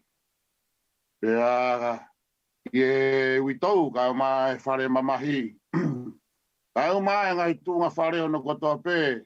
Si kau whaifkau ka mai kurisutuku. Ka pē ke whamiri ono kotoa pē. O tau katoa heo pē. Tumua ke puke whangamari e koe ni ke whai ai ha whakamonu. Moha whamalo koe huia koe koloa ko tau inasiai. Ka whakau ko tomua tuke whakawhetai ke o tua. Ko hea ko ne tutu ni, pia mo ene, ko tutu ko tau whetau laki o tau whemamata ki ai he ata pia mo le ahe haua koini. Pia ko whawhetai ki he iki ko hea ko wholofola. Ko ke wahe o whakainasia ki e whamiri. A e whahu ka e mai witou mo e whanau mo e whare mamahi mo tau tolo no kotoa pē. O whake tāpua ki he iki e wholofola me mana wa ko tō pia miho fofonga. O whakakoloa pa whakainasi aki ai aloto wharen. O ua mo ia whaifkau Pelikani Esau. O mai whangamari e koe ni ke u pamalo atu ka te koe, ko toko ua mo ni he eiki. Ko tutui mai, mo turi. Ke hatu whakataha mo au pe mo e toenga whakatehina. Pea mo whakatua whaafine he ngahi peau. Pea mo e ngahi tahi tamaki ko toa peu whai ai wholaua. Ko whamalo lahi atu au pito ki te koe. E ko ilo koe ki ho whai pehe koe uhi koe whamiri. E ko whai pehe koe taulere mei tahi. Pe koe siasi pe koe atoe ta whak. A koe whekau ia ai otua. O kutuku he loto o i wheituna. Ko whamalo lahi atu ka te koe Pelikani. O whaat ka te koe pia mo hoa kau maasi whanau. Tawange mo e kike neri tāpuak. E mana wa kua tō. O atuanga hi aho whainga maari koe hau whatongi o whakapua. E lotu pia mo siasi. Kau mai whamiri. Lewe malanga kau tatau atu. Mahalo o pito mamili pea whamalo ki a whawhikau Pelikani. E wholofola kune whaiwahe mai mo ki tau tolu. Pea mo ngahi manat melie o ku tau whanongo ki ai i he whiawhini. Pea whamalofo ki Pelikani mamili. Ai whai tali e tau ngahi whai lotu i he whiawhini. Pea koe ngata angai o e tau ngahi whai lotu ko ia o e whiawhini whamiri. Koe ki whakamelo pe nia o e po a pongpongi. Koe po a pongpongi te tau kamata mantui. Koe tau whai lotu e kamata i he whai lotu ai whamiri. Pea whi mau ai whamiri kotoa. Ka pau kuke whamiri he whamiri nonu. I e whare ko ia, whemau ke mo hu mai he hoko ai nima. Nima Australia ni. Aia koe fitu ia anu sila. Ki tau ki taha mai hoa e taha ki mua. Ke kamata ai a e tau ngahi whai lotu. Pea e kamata mai a e tau whai lotu, a family, e whai mai ia e whai whikau simo te vea mei Tonga. Ko e whai lotu ia e whamiri. Pea toki hoko hoka tule vai a e tau ngahi whai lotu. Ko lea tuki he tau kauhiwa. Malo o pitonita e taha apu sayone i he tau ngahi whai lotu. Mo tau ngahi walotu o e whiawhini. Ko lea tuki he tau ngahi kauhiwa. Te mo hukotoa mai a pongpongi. Tuku kehe a kauhiwa koe nai o stotongi ke ua te nau hiwa mai. Mo maulotu mai pe a pongpongi. Ka bau bea hao kapati mo hao whakai whiawhi. Mau pe moi a pongpongi o ke hao he koho o he ku mea ku kehe ai tau a po ko he tai nimi. Ku ke a po mai pe mi ho loto whare. Ku ke a po mai pe mi ho loto whare. Pea whima upe ke whimaari. Ai pe mo ke ki whao. O e funoho fuoloa o kua ko i foki he taunga hi ako anga ke o e funoho fuoloa he TVC. Sio mai e tau whanau a tau tolo tau sum pe ki tau tolu he hoa tolu hoa fai pe nau pe he pe mo nau to ka ai pe mo ki break ai sio he sum ka ai haki vai mafana po ka me pe he ko ngai apo ko tawanga mahen ko ki ai o ai mo ki hu ki mui ki he holo o ai haki whanei fua pe o skapa toki foki mai ho ko te ngai kai foki tau to hiva mo ngai me pe o ko si mau pe tau ngai kau hiva te nau fai ai ngai hiva koia ka koia pe ai whahoha o e fiafini e family malo apito taine ana no foi mai ai tau ngai fua family pe ko tu pe ko foloa ai Paulia i Tonga kon ko Mrs. Mai ko family luke mo ilaisi nono family vei koso family o Latu vea fetuani mo ato e family pe ko hoko anima pe mau ke mo hu mai ai ke fai ai tau lot family pe ato ki atare vai ki he kolistutu mo ha fu ke na to hu mai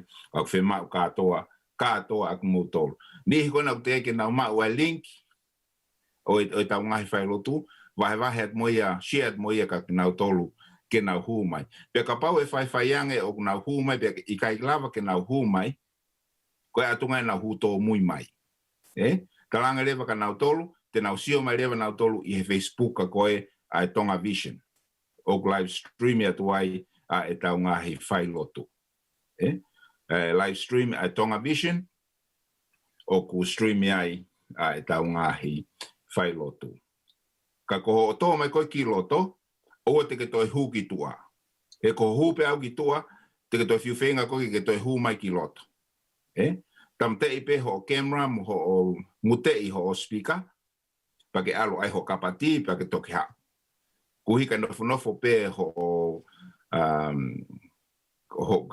ke ma pe ho place i he tau sum ko hu pe ki tua te ke alo leva koe o toki sio mai i he mea i toksio mai i he Facebooka i he live stream fafet pepe mo family ko e wito man tu mo kau pe mo tolu i he family ke mo hu mai mo tolu ke kau i he fai lotu ko a family a pongpongi malo ko e be mi te au i he fiafin pe malo au pito ke hanga o tua fai tau pikina mo tolu pe mo tokanga o na mo puke foi ma opito ke motor ke mo kau mai ke tau for family to be tau poeta pe tau fai he kareva a tau fai ki malo opito mo Manapo'uli aku ofala hia tu ke te motor malo opito sao malo family atu mo Ana ke Manapo'uli Ofati mote. Ofati selita. Malo opito. malo Ofati motor. Malo ke fisia mai nga fatongia. Ofati kunale. Iyo ofati. Ofati. Malo. Ai ke uma saya pongpong. Ofati lupe. Ofati lotu a pongpong na tolu dia ofati. Pelikani, Paulia, ofati.